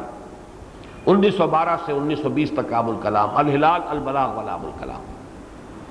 انہوں نے ایک دعوت القرآن، رجوع القرآن، پھر حکومت الہیہ کے لیے حزب اللہ کا قیام، یہ سارا ان کا کارنامہ ہے۔ اگرچہ وہ بعد میں بدل ہو کر مختلف اسباب سے ایک دوسرے پٹڑی پر انہوں نے رخ موڑ لیا اپنا، صرف وہ فریڈم موومنٹ میں کانگریس میں شامل ہو گئے، بقیہ پوری زندگی انہوں نے اس میں کھپا دی۔ لیکن یہ جو دعوت قرآنی اور حزب اللہ کا تصور اور حکومت الہیہ کے قیام کا ایک نصب العین جو دیا تھا، اس کو لے کر پھر مولانا مودودی سامنے آئے۔ چنانچہ انہوں نے پھر تفہیم القرآن پوری تفسیر لکھی ہے۔ ابوالکلام آزاد نے تو صرف ترجمہ اور کچھ حواشی ہیں، اگرچہ بعض جگہوں پر ان کے بڑے تحقیقی جو ہے تحریریں موجود ہیں، اصحاب کہف کے بارے میں، ذوالقرنین کے بارے میں، یاجوج ماجوج کے بارے میں، سورہ کہف کے مضامین پر تو واقعہ یہ ہے کہ انہوں نے تحقیق کا حق ادا کیا ہے۔ لیکن یہ کہ باقی انہوں نے صرف ترجمہ کیا ہے، ترجمانی کی ہے، کچھ عنوان قائم کیے ہیں، جبکہ مولانا مودودی نے تفہیم القرآن پوری کی پوری کتاب لکھی ہے۔ تو یہ ایک سلسلہ ہے۔ مولانا مودودی کا بھی مزاج داعیانہ اور تحریک، حرکت، اقامت دین کی جد و جہد۔ چنانچہ یہ ایک سلسلہ ہے جس کی اصل بنیاد کیا ہے؟ حرکت اور دعوت، تحریک، اقامت، حکومت الہیہ کا قیام، اسلامی انقلاب۔ دوسری بڑی سورس ہے مولانا فراہی اور مولانا اصلاحی۔ ان کا خاص جو انداز ہے وہ ہے قرآن مجید کا ایک نظم ہے، نظام القرآن، مقدمہ نظام القرآن اور تفسیر نظام القرآن، یہ مولانا فراہی کی تصنیف ہے، اور انہوں نے سب عربی زبان میں لکھا تھا، جو اصلاحی صاحب نے پھر ترجمہ کر کے اسے شائع کیا ہے۔ اور میں بتا چکا ہوں کہ میرا جو میڈیکل کالج کا دور ہے اس زمانے میں پہلی مرتبہ یہ اردو ترجمہ تفاسیر فراہی کا شائع ہوا، اور اس سے میں اس فکر سے متعارف ہوا، اور اس میں اصل زور ہے عربی لغت، اسالیب بیان اور نظم قرآن، آیات کا باہم نظم اور ربط، سورتوں کا باہمی نظم اور ربط، یہ جوڑوں کی شکل میں سورتوں کا ہونا، یہ در حقیقت اسی مکتبہ فکر کی دریافت ہے۔ پھر خاص طور پر 7 گروپوں میں پورے قرآن کا منقسم ہونا، یہ مولانا اصلاحی صاحب کی آگے مزید پیش قدمی ہے اس نظام القرآن کے سلسلے میں۔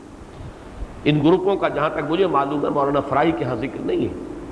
تو میں نے ان سے استفادہ کیا، بڑا بھرپور استفادہ کیا ہے، اور میرا گہرا تعلق رہا مولانا مودودی کے ساتھ بھی، مولانا اصلاحی صاحب کے ساتھ بھی۔ ابوالکلام مرحوم کو میں نے نہیں دیکھا، مولانا فراہی کا انتقال بھی ہو چکا تھا میری ولادت سے قبل، 11 نومبر 1930 کو ان کا انتقال ہوا، میری تو 26 اپریل 1932 کی پیدائش۔ ابوالکلام آزاد مرحوم جو ہے 1958 میں ان کا انتقال ہوا ہے، لیکن یہ کہ بہرحال وہ ہندوستان اور پاکستان کی تقسیم سن 47 میں جو ہو گئی تھی تو کوئی امکان نہیں تھا، ان کو بھی میں نے دیکھا نہیں، لیکن یہ میری 2 مین سورسز ہیں، اور چونکہ میں ان کے حوالے سے پہچانا جاتا ہوں لہذا جہاں مجھے اختلاف ہے وہ میں تفصیلاً بیان کرتا ہوں، تاکہ عام تاثر یہ نہ ہو کہ میری رائے بھی وہی ہے۔ باقی 2 اور سورسز جو میں نے بیان کیے ہیں وہ علامہ اقبال، وہ نہ مفسر ہے، نہ عارف، نہ مجدد، نہ محدث، نہ فقیہ، نہ مفسر، لیکن یہ ہے کہ فکر قرآنی میرے نزدیک اس دور میں وہ شخص مجدد فکر اسلامی ہے۔ اسلام کا فکر جو ہے، قرآن کا فکر، اس کی ایک تجدید، اس کو رینیو کرنا جدید کانٹیکسٹ میں، جدید science, higher mathematics, higher psychology کے کانٹیکسٹ میں قرآن مجید کے فکر اور فلسفے کو مرتب کرنا اور اس کا اس بات، یہ ان کا بہت بڑا کارنامہ ہے۔ باقی یہ کہ ان کے اشعار میں خود مولانا اصلاحی کی گواہی میں نے، جو میرا کتاب چاہے علامہ اقبال اور ہم، اس میں نقل کی ہے۔ یہ ایک زمانے میں مولانا یہاں ٹھہرے ہوئے تھے، میرے بھی اس زمانے میں بڑے اچھے مراسم ان کے ساتھ تھے، وہ چلے گئے تھے لاہور سے منتقل ہو گئے تھے خانقاہ ڈوگرہ میں جہاں ان کا زرعی رقبہ ہے، ان کی اہلیہ کا، وہاں مقیم تھے، لیکن آنکھوں کا آپریشن کرانے کے لیے آئے ہوئے تھے، کسی وجہ سے وہ ڈیلے ہو رہا تھا آپریشن۔ اس زمانے میں جو فرصت ہوئی، چونکہ اپنا لکھنا پڑھنے کا معاملہ تو ان کا گاؤں میں تھا، کتابیں تفسیریں جو لکھتے تھے وہ سلسلہ منقطع تھا، یہاں انہوں نے علامہ اقبال کا پورا کلام از اول تا آخر دوبارہ پڑھا، پہلے بھی پڑھا ہوگا، اس پر جو تاثر تھا ان کا وہ میں نے نقل کیا ہے، بڑا گہرا تاثر ہے۔ یہ واقعہ یہ کہ خود اس کے اندر ان کی اپنے فہم اور اپنی ذہانت کی بھی عکاسی ہوتی ہے اس تاثر کے اندر، اور میں نہیں سمجھتا کہ علامہ اقبال کو خاص طور پر اس اعتبار سے ایسا ٹریبیوٹ کسی شخص نے پے کیا، بہت جامع الفاظ۔ انہوں نے ایک تو یہ کہا کہ علامہ اقبال کا کلام پڑھ کر میرا کلیجہ دھس گیا، میرا حوصلہ پست ہو گیا، ہمت جواب دے گئی۔ کیوں؟ کہ ایسا داعی اس قوم کے اندر پیدا ہوا، اور یہ قوم تس سے مس نہ ہوئی تو ہما شما کے کرنے سے کیا ہوگا۔ یہ بہت بڑا ٹریبیوٹ ہے، اتنا بڑا داعی، ایسا بڑا مفکر، اتنا حقائق سے باخبر انسان، وہ اس قوم میں آیا، چیختا پکارتا چلا گیا، اور کس درجے مایوس گیا ہے۔ تیرے محیط میں کہیں گوہر زندگی نہیں، ڈھونڈ چکا میں موج موج، دیکھ چکا صدف صدف، اس درجے مایوس، کہیں گوہر زندگی ہے ہی نہیں اس قوم کے اندر۔ بہرحال وہ جیسا کہ میں نے پہلے بھی تاثر بیان کیا ہے، نہ مصطفیٰ نہ رضا شاہ سے میں، نہ مصطفیٰ نہ رضا شاہ میں نمود اس کی کہ روح شرق بدن کی تلاش میں ہے ابھی۔ دوسری بات مولانا اصلاحی نے جو کہی وہ زیادہ اہمیت رکھتی ہے اس وقت کے حوالے سے، کہ مجھے کچھ مان تھا کہ قرآن حکیم کے بعض مشکل مقامات کی جو تعبیر میں نے کی ہے، جو توجیہ میں نے کی ہے، وہ مجھ سے پہلے کسی نے نہیں کی۔ یہ ہوتا ہے ہر شخص کو، مفکر کو خاص اسے برا لفظ استعمال کریں تو زوم کہیں گے، انہوں نے اپنے لیے استعمال کیا تو ایک مان تھا، مجھے ایک خیال تھا کہ قرآن مجید کے بعد مشکل مقامات کی جو تعبیر میں نے کی ہے وہ شاید آج تک کسی نے نہیں کی۔ کہتے ہیں کہ علامہ اقبال کا کلام پڑھ کر مجھے محسوس ہوا کہ ان تمام مقامات کی مجھ سے کہیں بہتر تعبیر و توجیہ علامہ اقبال کر گئے۔ ان میں یہ تیسری سورس ہے علامہ اقبال، اور ان کے جو پھر اس سلسلے میں جانشین ہیں وہ ڈاکٹر رفیع الدین، ڈاکٹر محمد رفیع الدین مرحوم، قرآن اور علم جدید نامی ان کی کتاب میں بہت قائل ہوں اس شخص کا بھی کہ جو کام شروع کیا تھا علامہ اقبال نے اسے آگے بڑھایا ہے اس لائن میں ڈاکٹر رفیع الدین نے، ان سے بھی میں نے استفادہ کیا۔ اور چوتھی سورس ہے شیخین، شیخ الہند مولانا محمود حسن دیوبندی رحمۃ اللہ علیہ کے جو ترجمہ قرآن ہے، اور حواشی بھی سورہ نساء تک ان کے ہیں، باقی حواشی شیخ الاسلام مولانا شبیر احمد عثمانی نے مکمل کی۔ یہ میرا عروہ وثقیٰ ہے، یعنی یہ ذرا اس بات کو سمجھ لیجئے، عروہ وثقیٰ کہتے ہیں وہ کنڈا جو بڑا مضبوط ہو، اگر آپ کہیں سے لٹکے ہوئے فرض کیجئے تو ایک کنڈے پر آپ کا ہاتھ ہے، وہی آپ کی گویا کہ ضمانت آپ کی ہے، وہی کنڈا ہے، آپ اس کا سہارا لیے ہوئے ہوں، کہیں لٹکے ہوئے ہیں، کہیں کسی جہاز سے کہیں گر گیا ہے کوئی آدمی نیچے، لیکن یہ کہ جو کنڈے لگے ہوتے ہیں مختلف جگہوں پر، کوئی کنڈا اس کے ہاتھ میں آ گیا، وہ اس کے ساتھ لٹکا ہوا ہے، اب اسی کنڈے میں اس کی جان ہے، فرض کیجئے کنڈا ہی نکل جائے تو گیا، ختم ہوا، یہ کنڈا ہاتھ سے چھوٹ جائے، تو یہ العروۃ الوثقیٰ مضبوط کنڈا۔ تو مضبوط کنڈا بئی مانا کہ یہ ہے وہ حضرات شیخ الہند شیخ الاسلام جو اسلاف کے ساتھ جڑے ہوئے ہیں، ان کے ہاں تفسیر ہو، فقہ ہو، مسائل ہو، اس میں وہ تجدد کا جذبہ نہیں ہے کہ نئی بات نکالیں، کوئی نئی بات ہی پیدا کریں، بلکہ اسلاف کے ساتھ جڑے ہوئے۔ اس کا فائدہ یہ ہوتا ہے کہ اگر آپ فرض کیجئے کچھ آزادانہ غور و فکر کر بھی رہے ہیں، لیکن اپنے آزادانہ غور و فکر کو اگر آپ اس پر پیش کرتے رہیں، اس کا تقابل کرتے رہیں، توازن کرتے رہیں، معلوم ہو جائے کہ کہاں آپ جو اسلاف کا راستہ ہے اسے ڈیویٹ کر رہے ہیں۔ اب ایک تو مسئلہ یہ ہے کہ اسلاف کا معاملہ اگر ہے سائنٹیفک فینومینا کا تو اصولاً میں نے طے کر لیا، اس میں اسلاف کے ساتھ بندے رہنا کوئی ضروری نہیں ہے، اس لیے کہ سائنسی معلومات ان کے پاس بہت کم تھی، لیکن دین کی کچھ باطنی تعبیرات ہیں، ایمانی حقائق کی توجیہ ہے، پھر اس کا جو خاص طور پر احکام کا حصہ ہے، جو دین کا عملی حصہ ہے، اس میں تو میں سمجھتا ہوں کہ اسلاف کے ساتھ جڑے رہنا اسی میں عافیت ہے، اسی میں حفاظت ہے، ورنہ یہ کہ ذرا سا وہ کنڈا اگر چھوٹ گیا ہاتھ سے تو پھر نہ معلوم ہمارے زمانے میں جو مختلف روئیں چل رہی ہیں، فکری روئیں،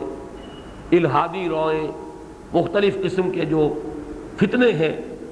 آدمی کسی لہر جو ہے اس کے ہاتھ وہ اگر لگ گیا، وہ لہر اسے نہ معلوم کہاں سے کہاں لے جائے، اور ضل ضلالا بعیدا۔ تو میری جو 4 سورسز میں نے معین کیا کہ اصلاً 2، ابو الکلام ابو الاعلیٰ، انہیں میں کہا کرتا ہوں ابوین، مولانا فراہی مولانا اصلاحی، ان کے ساتھ میرا رابطہ رہا، میں نے استفادہ کیا،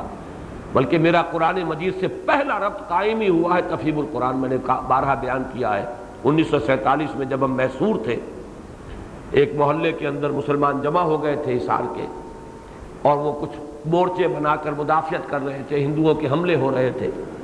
تو مسجد میں اور میرے بڑے بھائی اظہار احمد صاحب یہ پڑھ رہے تھے اس زمانے میں، بلکہ یہ بھی پاس کر کے آ گئے تھے BSc انجینئرنگ کا امتحان یہیں سے، لاہور کے میکلگن کالج سے، یہ بھی وہیں پر تھے، ہم بھی وہاں تھے۔ تو اس وقت سورہ یوسف کی تفہیم چھپ رہی تھی ترجمان القرآن میں، وہ پرچے جمع کر کے ہم مطالعہ کر رہے تھے، اس وقت سے میرا اصل تعلق قائم ہوا ہے قرآن حکیم کے ساتھ، لیکن اس میں پھر گہرائی نظم کلام کے اعتبار سے، قرآن کے خاص اسالیب کے اعتبار سے یہ مولانا اصلاحی کی تحریروں سے پیدا ہوا۔ باقی علامہ اقبال ایک 3rd ڈائمنشن ہے، اور عروہ وثقیٰ یہ علماء جو ہمارے سلف سے متعلق ہیں، ان میں سے جو پہلے 2 ہیں جہاں انس کا کوئی معاملہ ہوتا ہے جس کو میں سمجھتا ہوں کہ غلط ہے، میں اس کو تفصیل سے بیان کرتا ہوں۔ اس کی ایک مثال ہے یہ سورہ فیل۔ مولانا فرائی نے یہاں تمام اسلاف سے ہٹ کر ایک رائے اختیار کی، میں اس سے پہلے سورۃ العصر کے ضمن میں مولانا فراہی کے ساتھ جو میرا تعلق ہے، خاص طور پر سورۃ العصر کی تفسیر میں جو ان کا اونچا مقام میرے اپنے علم کی حد تک اور فہم کی حد تک ہے، میں اس کا بیان کر چکا ہوں، لیکن یہ کہ یہ دوسرا رخ بھی میں چاہتا ہوں کہ آج بیان ہو جائے۔ یہاں مولانا فراہی کے ذہن میں ایک خیال آیا، کیوں آیا اس کا ایک پس منظر ہے، وہ میں بعد میں بیان کروں گا، کہ یہ چڑیوں کا آنا اور چڑیوں کے ذریعے سے کنکروں کا مارا جانا اور اس سے ہلاک ہو جانا، کوئی جدید سائنسی ذہن اسے قبول نہیں کرتا، لہذا کوئی اور توجیہ۔ یہ توجیہ جو انہوں نے کی وہ یہ کہ اس کا ترجمہ یہ کیا ہے، الم تری کیف فعل ربک باصحاب الفیل، اے قریش، یہاں اب واحد کا صیغہ نہیں جمع کا، اور یہ میں عرض کر چکا ہوں اس کی گنجائش موجود ہے۔ اے قریش، تم نے دیکھا نہیں جو کیا تمہارے رب نے ہاتھی والوں کے ساتھ، الم یجعل کیدہم فی تضلیل، کیا اس نے ان کی چال کو غیر مؤثر نہیں کر دیا، بھٹکا کر نہیں رکھ دیا، بیکار نہیں کر دیا۔ وارسل علیہم طیرا ابابیل، اور بھیج دیے ان پر پرندے جھنڈ کے جھنڈ، ترمیہم، اب یہاں پرندے نہیں ہے ترمی کا فاعل، تم مارتے تھے ان کو، تو مارتا تھا ان کو، واحد کا صیغہ ترمی۔ یہ ترمی یا واحد مذکر حاضر کا صیغہ ہو سکتا ہے یا واحد مؤنث غائب کا صیغہ، رما یرمی سے بسم اللہ اولہ آخرہ۔ میں عرض کر رہا تھا کہ بجائے اس کے کہ وہ کنکریاں پرندوں کی طرف سے مارے جانے کا جو تصور جو میں پیش کر چکا ہوں اس کو وہ تسلیم کرتے، مولانا فراہی نے یہ تصور دیا ہے کہ اصل میں یہ سنگ باری کی قریش ہے، وہ پہاڑوں کے اوپر چڑھ گئے اور وہاں سے انہوں نے پتھراؤ کیا، اور اللہ تعالیٰ نے ان کے پتھراؤ ہی کے پردے میں اپنی طرف سے بھی ان کی ہلاکت کا سامان کر دیا۔ یہ ایک خاص نقطہ نظر ہے معجزات کی ایک تعویل اور تعبیر سائنسی حقائق کے حوالے سے۔ اس پس منظر کو پہچان لیجئے، اور اس میں جو اختلاف انہوں نے کیا ہے وہ در حقیقت اسی پر مبنی ہے۔ 19ویں صدی میں جب انگریز آیا ہندوستان میں، وہ اپنے ساتھ جدید تعلیم لے کر آیا جس میں سائنس بھی تھی، اور سائنس کے بارے میں تصور یہ تھا کہ یہ تو بالکل قطعی ہے، حتمی ہے، یقینی ہے، جو لاز آف نیچر ہیں وہ اٹل ہیں، غیر متبدل ہیں، ان کی تبدیلی کا سوال ہی نہیں۔ یہ جو ایلیمنٹس ہیں ان کی پراپرٹیز مستقل ہیں، دائم ہیں۔ پانی کا ایک وصف ہے، وہ اپنی سطح کو برقرار رکھتا ہے، یہ وصف کبھی ختم نہیں ہو سکتا اس میں سے۔ آگ کی پراپرٹی ہے، وہ جلا دیتی ہے، جو شے جلنے کی استعداد رکھتی ہو اس کو جلا دے گی۔ یہ وصف جو ہے اس کے ساتھ لا ینفک ہے، علیحدہ نہیں ہو سکتا، یہ وصف ہمیشہ قائم رہے۔ پھر فزیکل چینجز، کیمیکل چینجز کے جو لاز ہیں یہ بھی مستقل ہیں، دائم ہیں۔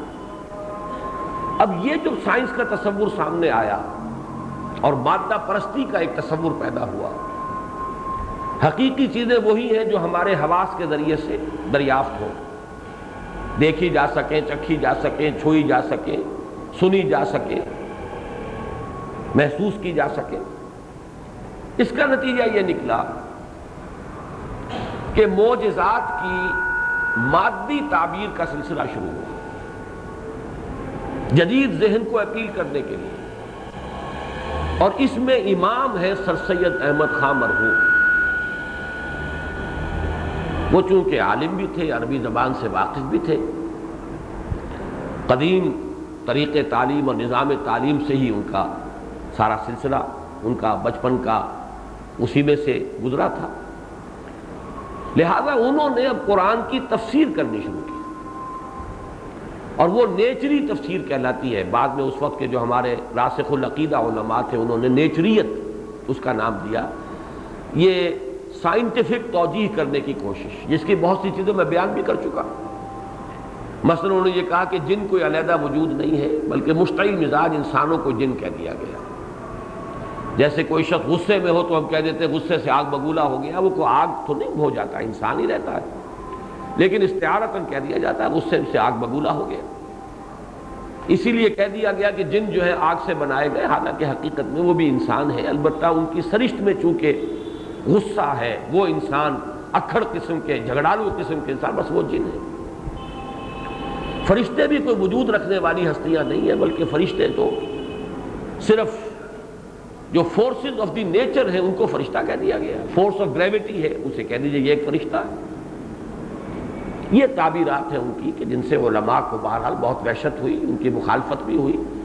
لیکن بعض دوسرے اعتبارات سے وہ شخص جو ہے بڑی عظمت کا حامل بھی تھا، صلاحیت کار، محنت، مشقت،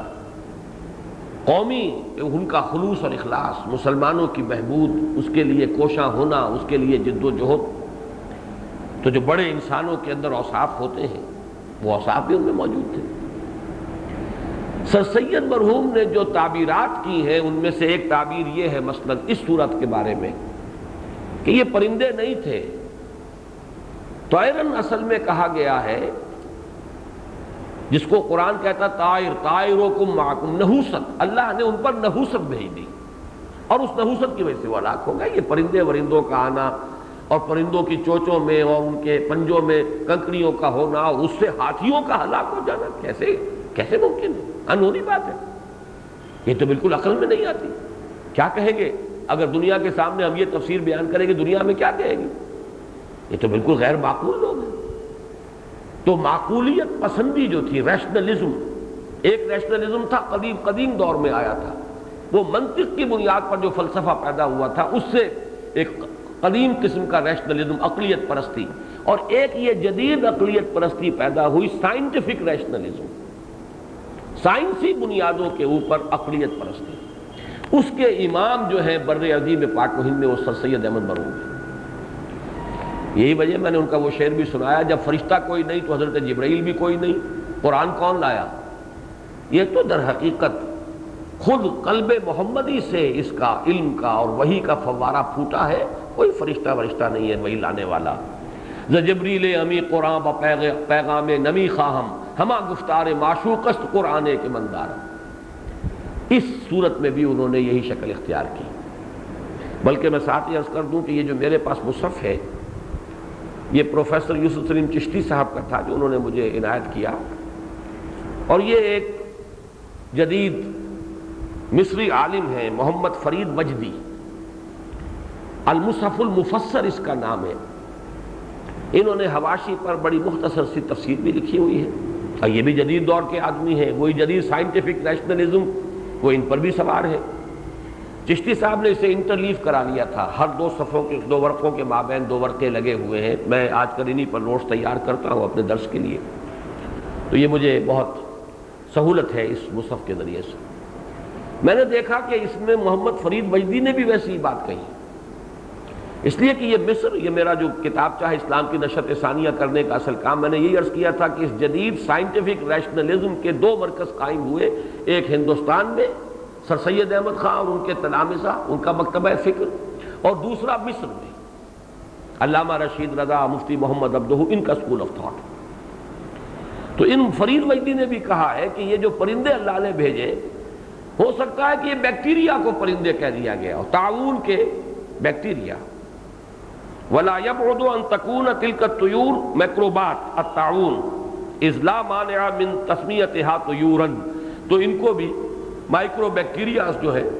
ان کو بھی کہا جا سکتا ہے پرندے، تو صرف اللہ تعالیٰ کی طرف سے یہ جراثیم بھیج دیے گئے اور ان جراثیم کی وجہ سے وہ سب ہلاک ہو گئے، تعاون نکلی، اس میں کوئی پرندے وغیرہ نہیں آئے۔ یہ میں نے چاہا کہ سر سید کا فکر کہ یہ صرف نحوست تھی، طیر کے معنی یہاں پہ نحوست، حالانکہ صحیح بات یہ کہ قرآن مجید میں جب وہ لفظ آتا ہے تو طائر کے معنی تو ہے نحوست، طیر کا لفظ اس معنی میں کہیں مستعمل نہیں۔ پھر بڑی پیاری بات کہی ہے مولانا حفظ الرحمان سہاروی رحمۃ اللہ علیہ نے، قصص القرآن جو ان کی کتاب ہے اس کی جلد سوئم، جن حضرات کو اس مضمون سے دلچسپی ہو وہ اصحاب فیل پر جو ان کا چیپٹر اس کا مطالعہ کریں، بڑی خوبصورتی سے اور بڑے ادب کے ساتھ۔ مولانا فراہی سے بھی اختلاف کیا انہوں نے، اور سر سید پر تو بہرحال ان کا تنقید کا انداز جو ہے وہ ذرا جارحانہ ہے، لیکن مولانا فراہی کی تعظیم کرتے ہوئے اور ان کی خدمت قرآن کا اعتراف کرتے ہوئے، ان کے علم کو مانتے ہوئے بڑے ہی ادب کے ساتھ انہوں نے لیکن تنقید شدید کی ہے کہ ان کا یہ تعبیر ان کی صحیح نہیں ہے۔ اور بڑی پیاری بات انہوں نے کہی ہے کہ سر سید نے جو کہا ہے کہ نحوست بھیج دی، تو نحوست کے لیے اول تو لفظ تائید مستعمل نہیں، اور اگر ہو بھی تو اس کے لیے ارسال نہیں ہوتا، انزال ہوتا۔ ارسال کہتے ہیں عربی زبان میں بھیجنا، یا یہ کہ کسی شے کو آپ نے روکا ہوا ہے اور پھر جیسے کہ کوئی شکاری کتا ہے، شکاری کتا جو زور لگا رہا ہوتا ہے اور آپ نے اس کی جو ہے وہ زنجیر کھینچی ہوئی ہے، جب آپ نے چھوڑ دیا اب وہ تیر کی طریقے سے جا رہا ہے، تو کسی شے کو بڑی تیز رفتار کے ساتھ کہیں پر بھیج دینا، چھوڑ دینا کسی پر، یہ ہے ارسال۔ ارسل علیہم طیرا ابابیل، پرندوں کے لیے تو بات سمجھ میں آتی ہے کہ وہ پرندے جھنڈ کے جھنڈ آئے ہیں، جس طریقے سے کہ چونکہ جن لوگوں نے بھی دیکھا ہے جب آتا ہے ٹڈی دل کس طریقے سے وہ آسمان جو ہے وہ بھی چھپ جاتا ہے، اور دن کے وقت جو ہے معلوم ہوتا ہے کہ شام ہو گئی ہے، اس لیے کہ پوری تمازت جو ہے سورج کی اس کو روک لیتے ہیں وہ، تو اس طرح کے جھنڈ آئے، اور ہر پرندے کے چونچ میں اور پنجوں کے اندر وہ کنکریاں تھیں جو انہوں نے پھینکی اور ماری، اور انہی سے اللہ تعالیٰ نے ان کو ہلاک کیا۔ لیکن سر سید کی بھی بات میں نے آپ کو بیان کر دی، اور یہ محمد فرید مجدی مصری جو ہے ان کی بات بھی بیان کر دی۔ اب اس کے بیچ میں رائے ہے مولانا فراہی رحمۃ اللہ علیہ کی، افسوس ہے کہ انہوں نے یہ رائے اختیار کی، کاش کہ وہ جو سلف کا معصور جو نقطہ نظر ہی اسی کو اختیار کرتے۔ ان کا کہنا یہ ہے کہ میرے لیے یہ بات قابل تسلیم نہیں ہے کہ قریش اتنے بزدل ہو گئے تھے کہ وہ اللہ کے گھر کو چھوڑ کر اور بالکل اس سے لا تعلق ہو کر صرف اپنی جانیں بچا کر اور پہاڑوں میں چلے گئے، بلکہ یہ تو ان کا در حقیقت طریقے مدافعت تھا۔ انہوں نے کہا یہ ہے کہ یہ جو اس قید کہا گیا ہے، یہ اس لیے قید کہا گیا ہے کہ اس نے وہ زمانہ وہ چنا تھا حملے کے لیے ابرہہ نے، جبکہ حجاج جو ہیں، بلکہ انہوں نے تو عجیب بات کہی ہے کہ حج کا زمانہ اس نے چنا جبکہ حجاج بھی وہاں موجود ہوں، تاکہ وہ دیکھ لیں کہ کس طرح تمام عرب کے کونے کونے سے آئے ہوئے حاجی دیکھ لیں کہ کس طریقے سے وہ جس کو سمجھتے تھے اللہ کا گھر وہ منہدم ہو گیا، اور اسی طریقے سے مرکزیت جو ہے کعبے کی وہ ختم ہو گئی۔ جبکہ تقریباً دوسرے تمام مفسرین کا کہنا یہ ہے کہ یہ محرم میں اس کا حملہ ہوا ہے، اور حضور صلی اللہ علیہ وسلم کی ولادت جو ربیع الاول کی 9 تاریخ کو ہے، اکثر مشہور ہے 12 تاریخ، لیکن زیادہ جو اب محققین کے نزدیک جو بات زیادہ قرین قیاس ہے وہ 9 ربیع الاول ہے، اس لیے کہ پیر کا دن جو ہے وہ 12 کو نہیں بلکہ اس سال میں پیر کا دن جو ہے وہ 9 ربیع الاول کو پڑتا ہے۔ بہرحال 50 دن قبل یہ واقعہ پیش آیا اصحاب حضور کی ولادت سے۔ تو یہ وہ زمانہ تھا کہ حاجی واپس جا چکے تھے، اور قید ہمارے نزدیک لفظ اس لیے آیا ہے کہ اصل تدبیر اس کی یہ نہیں تھی کہ وہ در حقیقت کعبے ہی کو صرف ایک مذہبی مرکز ہونے کی حیثیت سے منہدم کرنا چاہتا تھا، بلکہ وہ تو چاہتا تھا کہ اس کی بنا پر جو مقام حاصل ہے قریش کو اور اس کی وجہ سے جو قابض ہے وہ تجارت کے اوپر، وہ سلسلہ ختم ہو جائے۔ ان کا کہنا یہ ہے کہ نہیں، صورت یہ تھی کہ یہ قریش پہاڑوں پر چڑھے جان بچانے کے لیے نہیں، پتھراؤ کرنے کے لیے۔ تو ترمیہم میں واحد مخاطب کا صیغہ ہے وہی کہ جو علم ترا میں ہے، ترمی کے فاعل پرندے نہیں ہیں، ترمیہم تو مارتا تھا، یعنی اے مخاطب، اے وہ لوگ کہ جو اس وقت موجود تھے،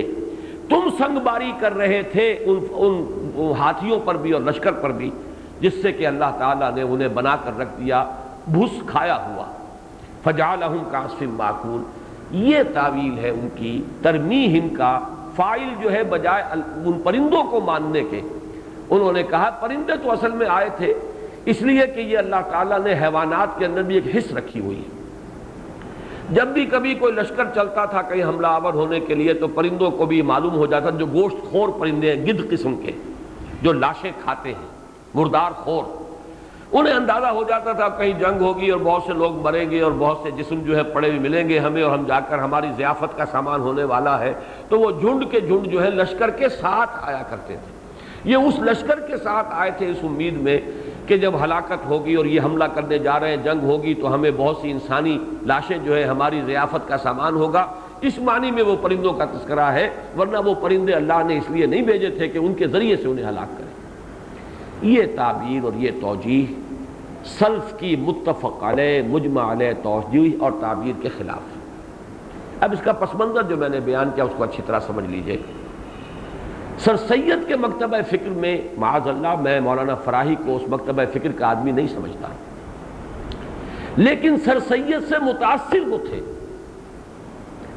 سر سید ہی نے انہیں 20 برس کی عمر میں، جبکہ مولانا فراہی نے علوم عربیہ کی تحصیل مکمل کر لی تھی، پھر وہ اینگلو اورینٹل کالج علی گڑھ جو قائم کیا تھا سر سید مرحوم نے، اس میں داخلے کے لیے انگریزی کی تعلیم حاصل کرنے کے لیے اس میں انہوں نے چاہا کہ داخل ہو جائیں، تو سفارشی خط جو لکھا تھا، پرنسپل انگریز تھا اس وقت، اس کے نام سر سید نے لکھ کر دیا تھا خط کہ یہ نوجوان آ رہا ہے، یہ عربی فارسی کا بہت بڑا عالم ہے، اب یہ انگریزی علوم پڑھنا چاہتا ہے، اسے کالج میں داخلہ دے دیجیے۔ پھر سر سید جو ہے اتنے ان سے گہرے مراسم رکھتے تھے کہ سن 1900 میں 1864 کے آس پاس ہے مولانا فراہی کی ولادت، تو 36 برس کی عمر میں، اور یہ اس وقت پرنسپل، یہ عربی کے پروفیسر ہو چکے تھے علی گڑھ کالج کے اندر۔ اس وقت لارڈ کرزن نے دورہ کیا تھا کچھ عرب سرداروں سے کچھ نیگوسیشنز کرنے کے لیے، خلیج فارس کا اور ساحل عرب کا، تو اسے ایک مترجم کی ضرورت تھی کہ جو عربی انٹرپریٹر ہو اور انگریزی اور عربی دونوں زبانوں سے واقف ہو، تو سر سید نے مولانا فراہی کو اس کے ساتھ بھیجا تھا کہ تم جاؤ، حالانکہ وہ خود اس کو پسند نہیں کرتے تھے۔ البتہ یہ کہ سر سید کے تمام فکر کے وہ قائل نہیں تھے۔ سر سید نے اپنی تفسیر کا ترجمہ عربی زبان میں کرانا چاہا، فرمائش کی کہ مولانا فراہی ترجمہ کر دیں، انہوں نے انکار کر دیا کہ میں اس معصیت میں حصے دار نہیں بننا چاہتا، اس گمراہی میں میں شریک نہیں ہونا چاہتا۔ یہ مولانا فراہی کا قول، انہوں نے اس تفسیر کا بحث کے تھے، مجموعی اس تفسیر کا ترجمہ کرنے سے انکار کر دیا۔ اور الحمدللہ کہ ابھی مجھے خیال آیا ہے، نوٹ کرا دوں، بعین ہی یہ معاملہ میں نے کیا ہے مولانا اصلاحی صاحب کی تفسیر تدبر قرآن کے ساتھ، جب چوتھی جلد میں انہوں نے رجم کو ماننے سے انکار کیا ہے، جس پر پوری امت کا اجماع رہا ہے، سوائے خوارج کے ایک چھوٹی سی جماعت کے، تمام جتنے بھی ہمارے ہاں جتنے بھی مسلک ہیں، جتنے بھی مذاہب فقہ ہیں، جتنے بھی سکولز آف تھاٹ ہیں اسلامک لا کے، وہ حنبلی، شافعی، مالکی، حنفی، ظاہری اور زیدی اور شیعہ اور جعفری، سب کے سب اس پر متفق ہیں کہ زنا کرنے والا مرد یا عورت اگر وہ شادی شدہ ہے تو اس کی حد ہے رجم، سنسار کیا جانا۔ جب اس سے اختلاف کر کے مولانا اصلاحی صاحب نے ایک علیحدہ راستہ ایسا اختیار کیا کہ جو منکرین حدیث کا موقف ہے وہ اختیار کر لیا، اس کے بعد سے میں نے طے کر لیا کہ میں ان کی تفسیر شائع نہیں کروں، اس معصیت میں اب میں شریک ہونے کے لیے تیار ہوں۔ میں نے جب انہی دونوں مولانا اصلاحی صاحب ہی کی لکھی ہوئی جو سوانح عمری ہے، مولانا فراہی کی اپنے استاد کے حالات زندگی لکھے ہیں، اس میں جب یہ جملہ پڑھا کہ مولانا فراہی نے سر سید کی تفسیر کا عربی ترجمہ کرنے سے انکار کیا یہ کہہ کر کہ میں اس معصیت کی اشاعت میں شریک نہیں ہونا چاہتا، تو میں نے اللہ کا شکر ادا کیا کہ میں نے بھی بعین ہی وہی موقف اختیار کیا ہے خود مولانا اصلاحی کی تفسیر کے بارے میں، جب انہوں نے پوری امت کے اجماعی موقف سے ہٹ کر ایک علیحدہ اور وہ راستہ اختیار کیا کہ جو منکرین سنت نے اختیار کیا، تو میں نے بھی اس کو تفسیر کو آئندہ شائع کرنے سے انکار کیا۔ بعد میں اس کا جو معاملہ سارا انہیں ہم نے واپس کر دیا، اب وہ ایک اور نظام کے تحت تفسیر چھپتی ہے، اب اس کے اندر میں شامل نہیں۔ بہرحال یہ پس منظر ہے، اس کو سمجھ لیجئے کہ یہ جو سائنٹیفک ریشنلزم آیا تھا یہ اتنا زوردار تھا، سائنس کا رعب اتنا تھا کہ اس زمانے میں شاذ ہی وہ لوگ ہیں کہ جو بچ سکے ہیں اس سے، اور یہ وہ لوگ ہیں عروۃ الوثقیٰ والے جو سلف کے ساتھ جڑے ہوئے ہیں، جنہوں نے سلف کے ساتھ اپنے آپ کو مضبوطی کے ساتھ باندھا ہوا ہے، صرف وہ بچ سکے ہیں، ورنہ کوئی کم کوئی زیادہ، کوئی کسی قدر تھوڑا کوئی کسی قدر زیادہ، کسی نہ کسی درجے میں اس دور میں سائنٹیفک نیشنلزم سے متاثر ہوئے۔ اور مولانا فراہی کا تو چونکہ قرب رہا بہت بڑا، جیسے ہمارے ہاں ادارہ ثقافت اسلامیہ قائم ہوا، خواجہ عبدالحکیم، ڈاکٹر عبدالحکیم، بڑی زبردست شخصیت، اور انہوں نے چھاپ ڈالی ہے۔ وہ علماء جو ادارہ ثقافت اسلامیہ میں داخل ہوئے اور شامل ہوئے اور انہوں نے کام کیا، ان پر ڈاکٹر عبدالحکیم کے فکر کی کوئی نہ کوئی چھاپ ضرور پڑی ہے، کسی نہ کسی درجے میں وہ اس جدیدیت سے متاثر ہوئے ہیں۔ یہی معاملہ ہوا ہے سر سید کے زیر اثر مولانا فراہی کا بھی، لیکن بہت تھوڑا ہوا ہے، خاص طور پر اس صورت کی تفسیر میں تو اکثر چونکہ ہمارے مفسرین نے پھر ان پر تنقید کی ہے، مولانا مودودی نے بھی بڑی جامع تنقید کی ہے، ان کے دلائل جو ہیں ان کا رد کیا ہے، لیکن افسوس یہ ہے کہ مولانا اصلاحی صاحب نے پھر اپنی امکانی حد تک اپنے استاد کی تفسیر کی مدافعت کرتے ہوئے مولانا مودودی کے الزامات کا جواب دیا ہے۔ البتہ ایک نقطہ جو میں بیان کر رہا ہوں، زیادہ تفصیل میں نہیں جانا چاہتا، ایک بات تو یہ اور نوٹ کر لیجئے کہ اس دور میں شاذ ہی کوئی بچا، یہاں تک کہ خالص اہل حدیث مکتب فکر کے جو مفسر ہیں، مولانا ثناء اللہ امرتسری، وہ بھی چونکہ اس دور کے آدمی ہیں، یہ سائنس کا روب اور سائنس کی دھاک اور سائنٹیفک ریشنلزم سے مروبیت، چنانچہ وہ بہت سے حضرات کے علم میں ہوگا، میں نے بیان کیا ہے کہ انہوں نے وہ جو سورہ بقرہ میں آیا ہے، حضرت ابراہیم علیہ السلام نے اللہ سے عرض کیا تھا کہ ارنی کیف تحیی الموتیٰ، جس کا جواب اللہ تعالیٰ نے فرمایا کہ ایسا کرو کہ 4 پرندوں کو اپنے سے مانوس کر لو، اور جو بھی اس مقام کی تفسیر ہے تمام امت کی وہ یہ ہے کہ پھر انہیں ہلاک کرو، ان کے ٹکڑے کرو، ان کا قیمہ بناؤ، پھر ان کے گوشت کو آپس میں ملا دو، اور پھر تھوڑا تھوڑا سا گوشت جا کر 4 پہاڑیوں پہ رکھ دو، پھر بلاؤ انہیں، چونکہ وہ مانوس تھے تم سے، تمہاری آواز پر دوڑ کر آ جاتے تھے، پھر بلاؤ اور وہ تمہارے پاس دوڑتے ہوئے آ جائیں گے۔ اس کی انہوں نے توجہ یہ کی ہے کہ قیمہ بیمہ کرنا نہیں ہے، بلکہ یہ ہے کہ صرف ان کو اپنے سے مانوس کر دو، اور ایک ایک پرندے کو سالم اور جاندار پرندے کی حیثیت سے 4 پہاڑیوں پہ رکھاؤ، پھر پکارو تو وہ آ جائیں گے۔ اب سوال پیدا ہوا کہ پھر اس میں وہ خاص بات کیا ہوئی؟ ایک صاحب نے بڑا فقرہ چست کیا ہے، ہر بٹیر باز جو ہے جانتا ہے کہ اس کا جو بٹیرا ہوتا ہے جب وہ اس کو پکارتا ہے تو آ جاتا ہے، ہر کبوتر باز کو معلوم ہے یہ۔ تو قرآن اتنے اہتمام کے ساتھ جو بیان کر رہا ہے کہ حضرت ابراہیم کی استدعا، رب ارنی کیف تحیی الموتیٰ، قال اولم تؤمن قال بلی ولکن لیطمئن قلبی،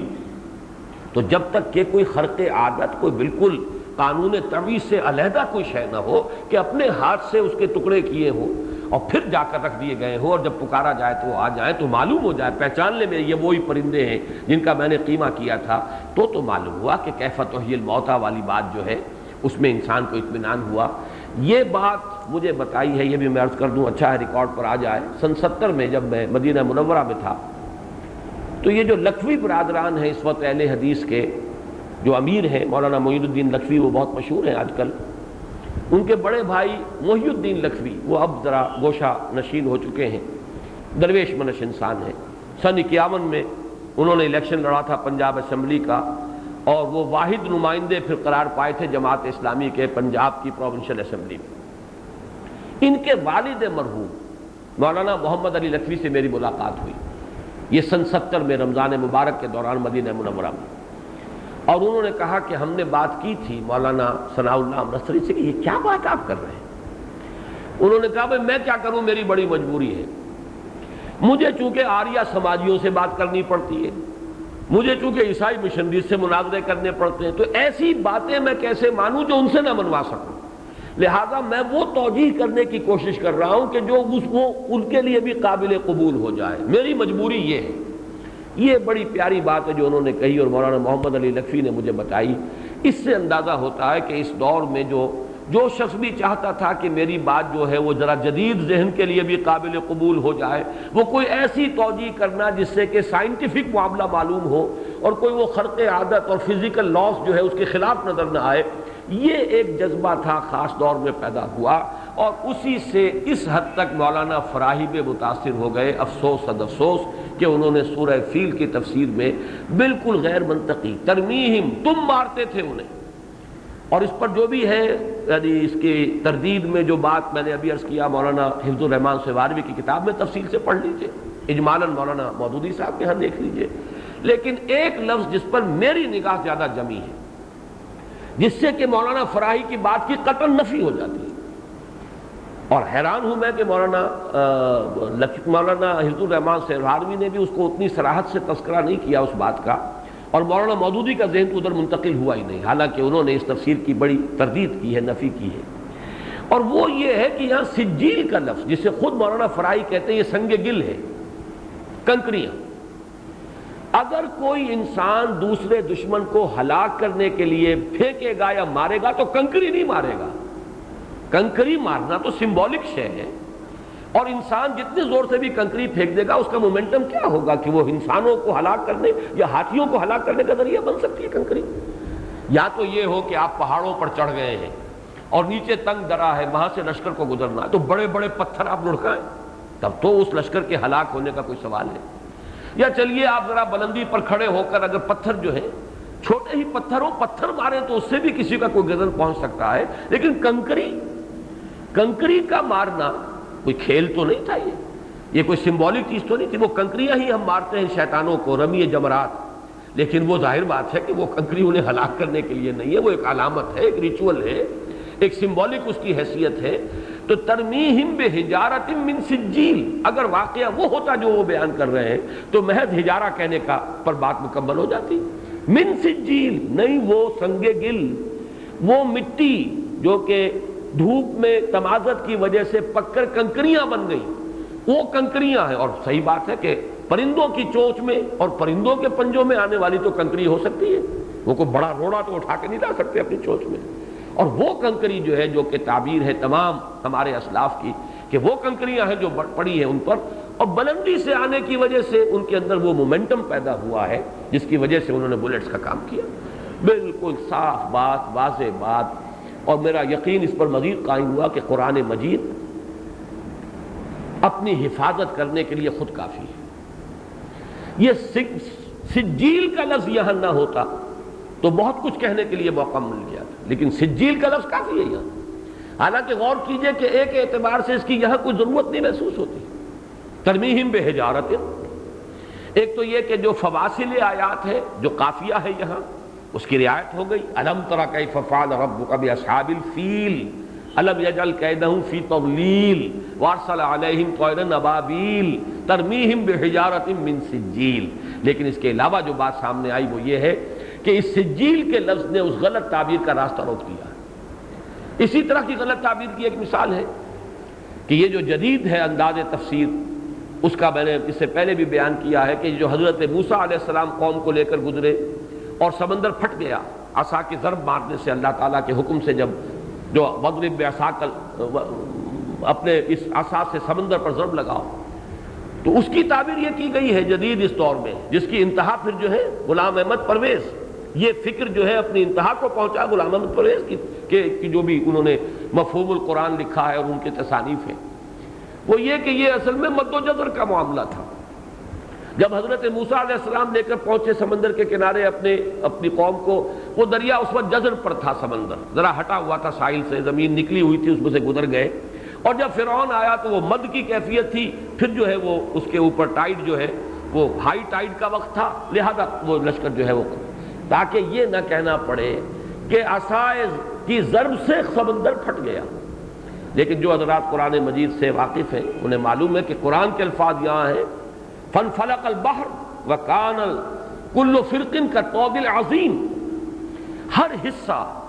پہاڑ یہ سمندر پھٹا اور اس کا ہر حصہ ایک بڑی چٹان کے مانند کھڑا ہو گیا۔ مد و جزر پر یہ کبھی بھی الفاظ جو ہیں اپلیکیبل نہیں ہے۔ مد و جزر میں تو پورا کا پورا سمندر ریسیڈ کرتا ہے،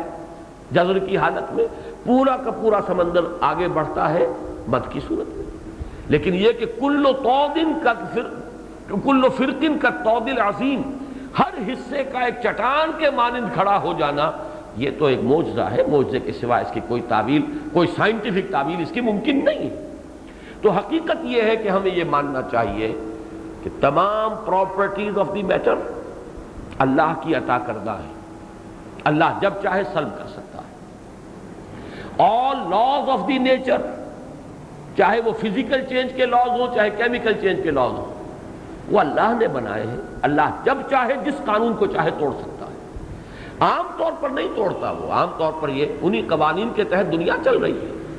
اگر یہ بار بار قوانین ٹوٹتے تو پھر کوئی سائنس ممکن نہ ہوتی، پاسبل ہی نہ ہوتا کوئی سائنس اور ٹیکنالوجی، وہ تو انہی قوانین پر اعتماد کرتے ہوئے تو سائنس بنتی ہے، ٹیکنالوجی وجود میں آتی ہے۔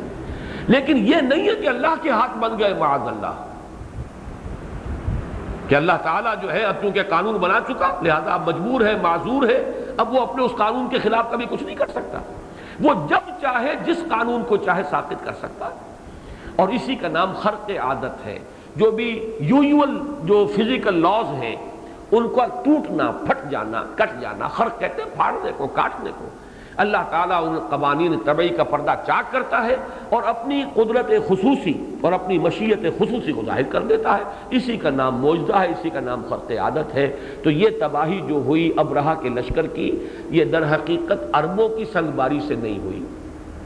بلکہ ان کنکریوں کے ذریعے ہوئی کہ جو اللہ تعالیٰ کے حکم سے پرندے اپنی چونچ میں دے کر آئے اور ان سے انہوں نے مارا ہے اس لشکر کو، اور اس کے اندر کوئی سمی اثرات بھی تھے جس سے کہ ان کے پھوڑے نکلے، تعاون کی سی کیفیت ہوئی. اکثر و بیشتر لشکر وہیں پر ختم ہو گیا. جو بھاگے وہ بھی کہیں راستوں میں گرتے چلے گئے، اور ابرہہ جو ہے وہ بالآخر اپنے ہاں پہنچ بھی گیا، لیکن بہت ہی سقیم حالت کے اندر، اور وہاں جا کر اس کی موت بھی واقع ہو گئی. یہی تفسیر صحیح ہے، اسی پر ہمیں جمنا چاہیے. اسلاف کے عروۃ الوثقیٰ کے ساتھ بھی ہمیں اپنے آپ کو باندھ کر رکھنا چاہیے، اور خام خواہ کی جدید سائنس، اور یہ تو میں عرض کر چکا ہوں اصل میں کہ سر سید مرحوم اور اسی طریقے سے مولانا فرائی، ان کا اس اعتبار سے معاملہ ہمدردی کے قابل ہے کہ ان کا دور وہ تھا جب کہ سائنس کی دہشت بہت تھی. نیوٹونین فزکس کا دور تھا. وہ قوانین جو موشن، لاز موشن جو ہے، لاز آف موشن نیوٹن کے، وہ سمجھے جاتے تھے کہ قطعی ہیں، ابدی ہیں، انوائلیبل ہیں، ان میں کوئی کہیں استثناء ہے ہی نہیں. اب تو سائنس جو ہے، اب جو دور آیا آئنسٹائن کا 1905 کے بعد سے، فزکس کے پریمیسز بدل گئے، اس کے صغرا کبرا بدل گئے، اس کے مقدمات تبدیل ہو گئے. اب بہت آسان ہے. لیکن ظاہر بات ہے کہ مولانا فراہی رحمۃ اللہ علیہ کا انتقال 1930 میں ہو گیا ہے. ابھی وہ سائنس کے ان چیزوں سے واقف نہیں تھے. وہی قدیم دور جو ہے اور اس کے جو اثرات تھے وہ ابھی ہمارے ان بزرگوں کے اوپر تھے. اللہ تعالیٰ ان کے لغزشوں سے درگزر فرمائے، انہیں معاف فرمائے. اب بس صرف سورہ قریش جو ہے اس کے بارے میں چند باتیں، اس لیے کہ اس میں کوئی اشکال نہیں ہے. لإیلاف قریش، یہاں لام کے بارے میں دو رائے ہیں جو خاصی ایک دوسرے سے مختلف ہیں. ایک تو یہ کہ لام تعجب کہلاتا ہے، کسی شے کے ہوتے ہوئے یہ طرز عمل، تم پر اتنے انعامات ہوئے تب تمہاری ناشکری کا یہ عالم ہے. تو یہ گویا کہ لام تعجب. اور ایک لام عاقبت کہ مقصد یہ تھا لإیلاف قریش، قریش کو مانوس کرنے کے لیے یا قریش کے مانوس ہونے کے باوجود. ایلاف الفت سے بنا ہے، الف بین قلوبہم، تالیف، دلوں کو جوڑ دینا، دلوں کو آپس میں باندھ دینا. الف بینہم، ان کے دلوں کو جوڑ دیا. تالیف قلب ہم کہتے ہیں کسی شخص کے دل کے اندر نرمی پیدا کرنے کے لیے، اپنے آپ سے مانوس کرنے کے لیے اسے آپ اس کے ساتھ کو حسن سلوک کریں تاکہ وہ آپ سے مانوس ہو جائے، آپ سے محبت کرنے لگے. یہ تالیف قلب ہے. لإیلاف قریش. ایک رائے یہ ہے کہ اسلام کا تعلق ہے سورۃ الفیل کے ساتھ. اللہ تعالیٰ نے یہ سب کچھ اس لیے کیا کہ قریش کی دلجوئی ہو. یہ حشر جو کیا ہے ابرہہ کا اور اس کے لشکر کا اور اس کی فوج کا اور اس کے ہاتھیوں کا، لإیلاف قریش، یہ قریش کی دلجوئی کے لیے ہے تاکہ ان کے دلوں میں اللہ تعالیٰ کی عظمت کا نقش قائم ہو، اللہ سے محبت جو ہے گہری ہو جائے کہ اللہ نے اپنی خاص قدرت کے ذریعے سے اتنے بڑے لشکر کو ختم کر رکھ دیا، اور وہ گھر جو ہے اللہ نے اپنے اس گھر کی حفاظت کی. لیکن یہ شاذ رائے ہے. اصل یہی ہے کہ لإیلاف قریش آگے کے ساتھ جڑ رہا ہے. ایلافہم رحلۃ الشتاء والصیف، ان کو جو مانوس کر دیا گیا، ان کا مانوس ہو جانا. رحلہ کہتے ہیں سفر کو. آج کل وہ سعودی عرب حاجی اور عمرے کے لیے جو حضرات جاتے ہیں، رحلہ سعیدہ یہ خاص ایک لفظ ہے جو وہاں پر آپ کو بعض بیگز جو بکتے ہیں ان پر لکھا ہوتا ہے کہ آپ کا سفر جو ہے وہ سعادت والا ہو، خیر والا ہو، رحلہ سعیدہ. تو رحلہ سفر. رحلۃ الشتاء والصیف، سفر سردیوں کا اور گرمیوں کا. یہ وہ ایسٹ ویسٹ تجارت جو سبا کے بعد ان کے ہاتھ میں آئی،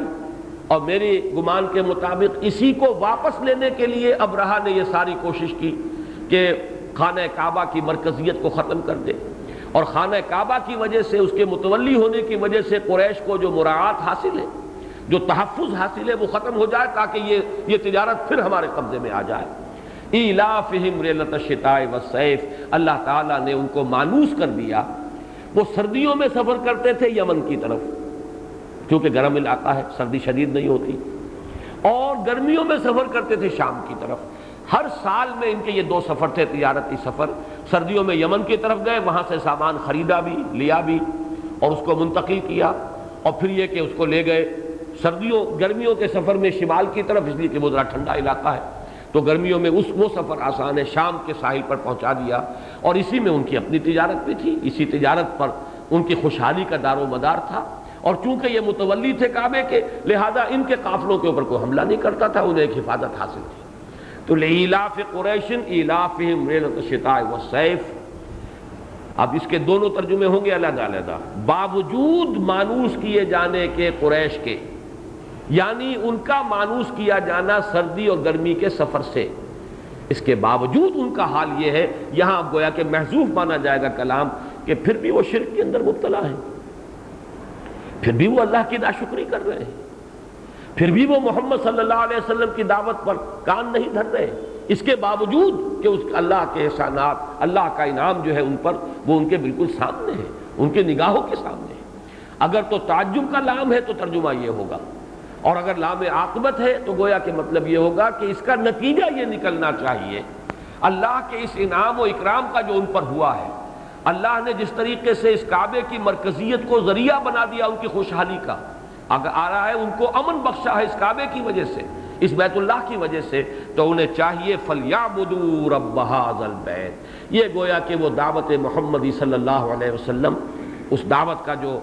جو آغاز ہوا ہے مکے کے اندر، اب اس کی تائید کے لیے اللہ تعالیٰ نے اپنے ان احسانات کو بیان کیا۔ دیکھو اس گھر کو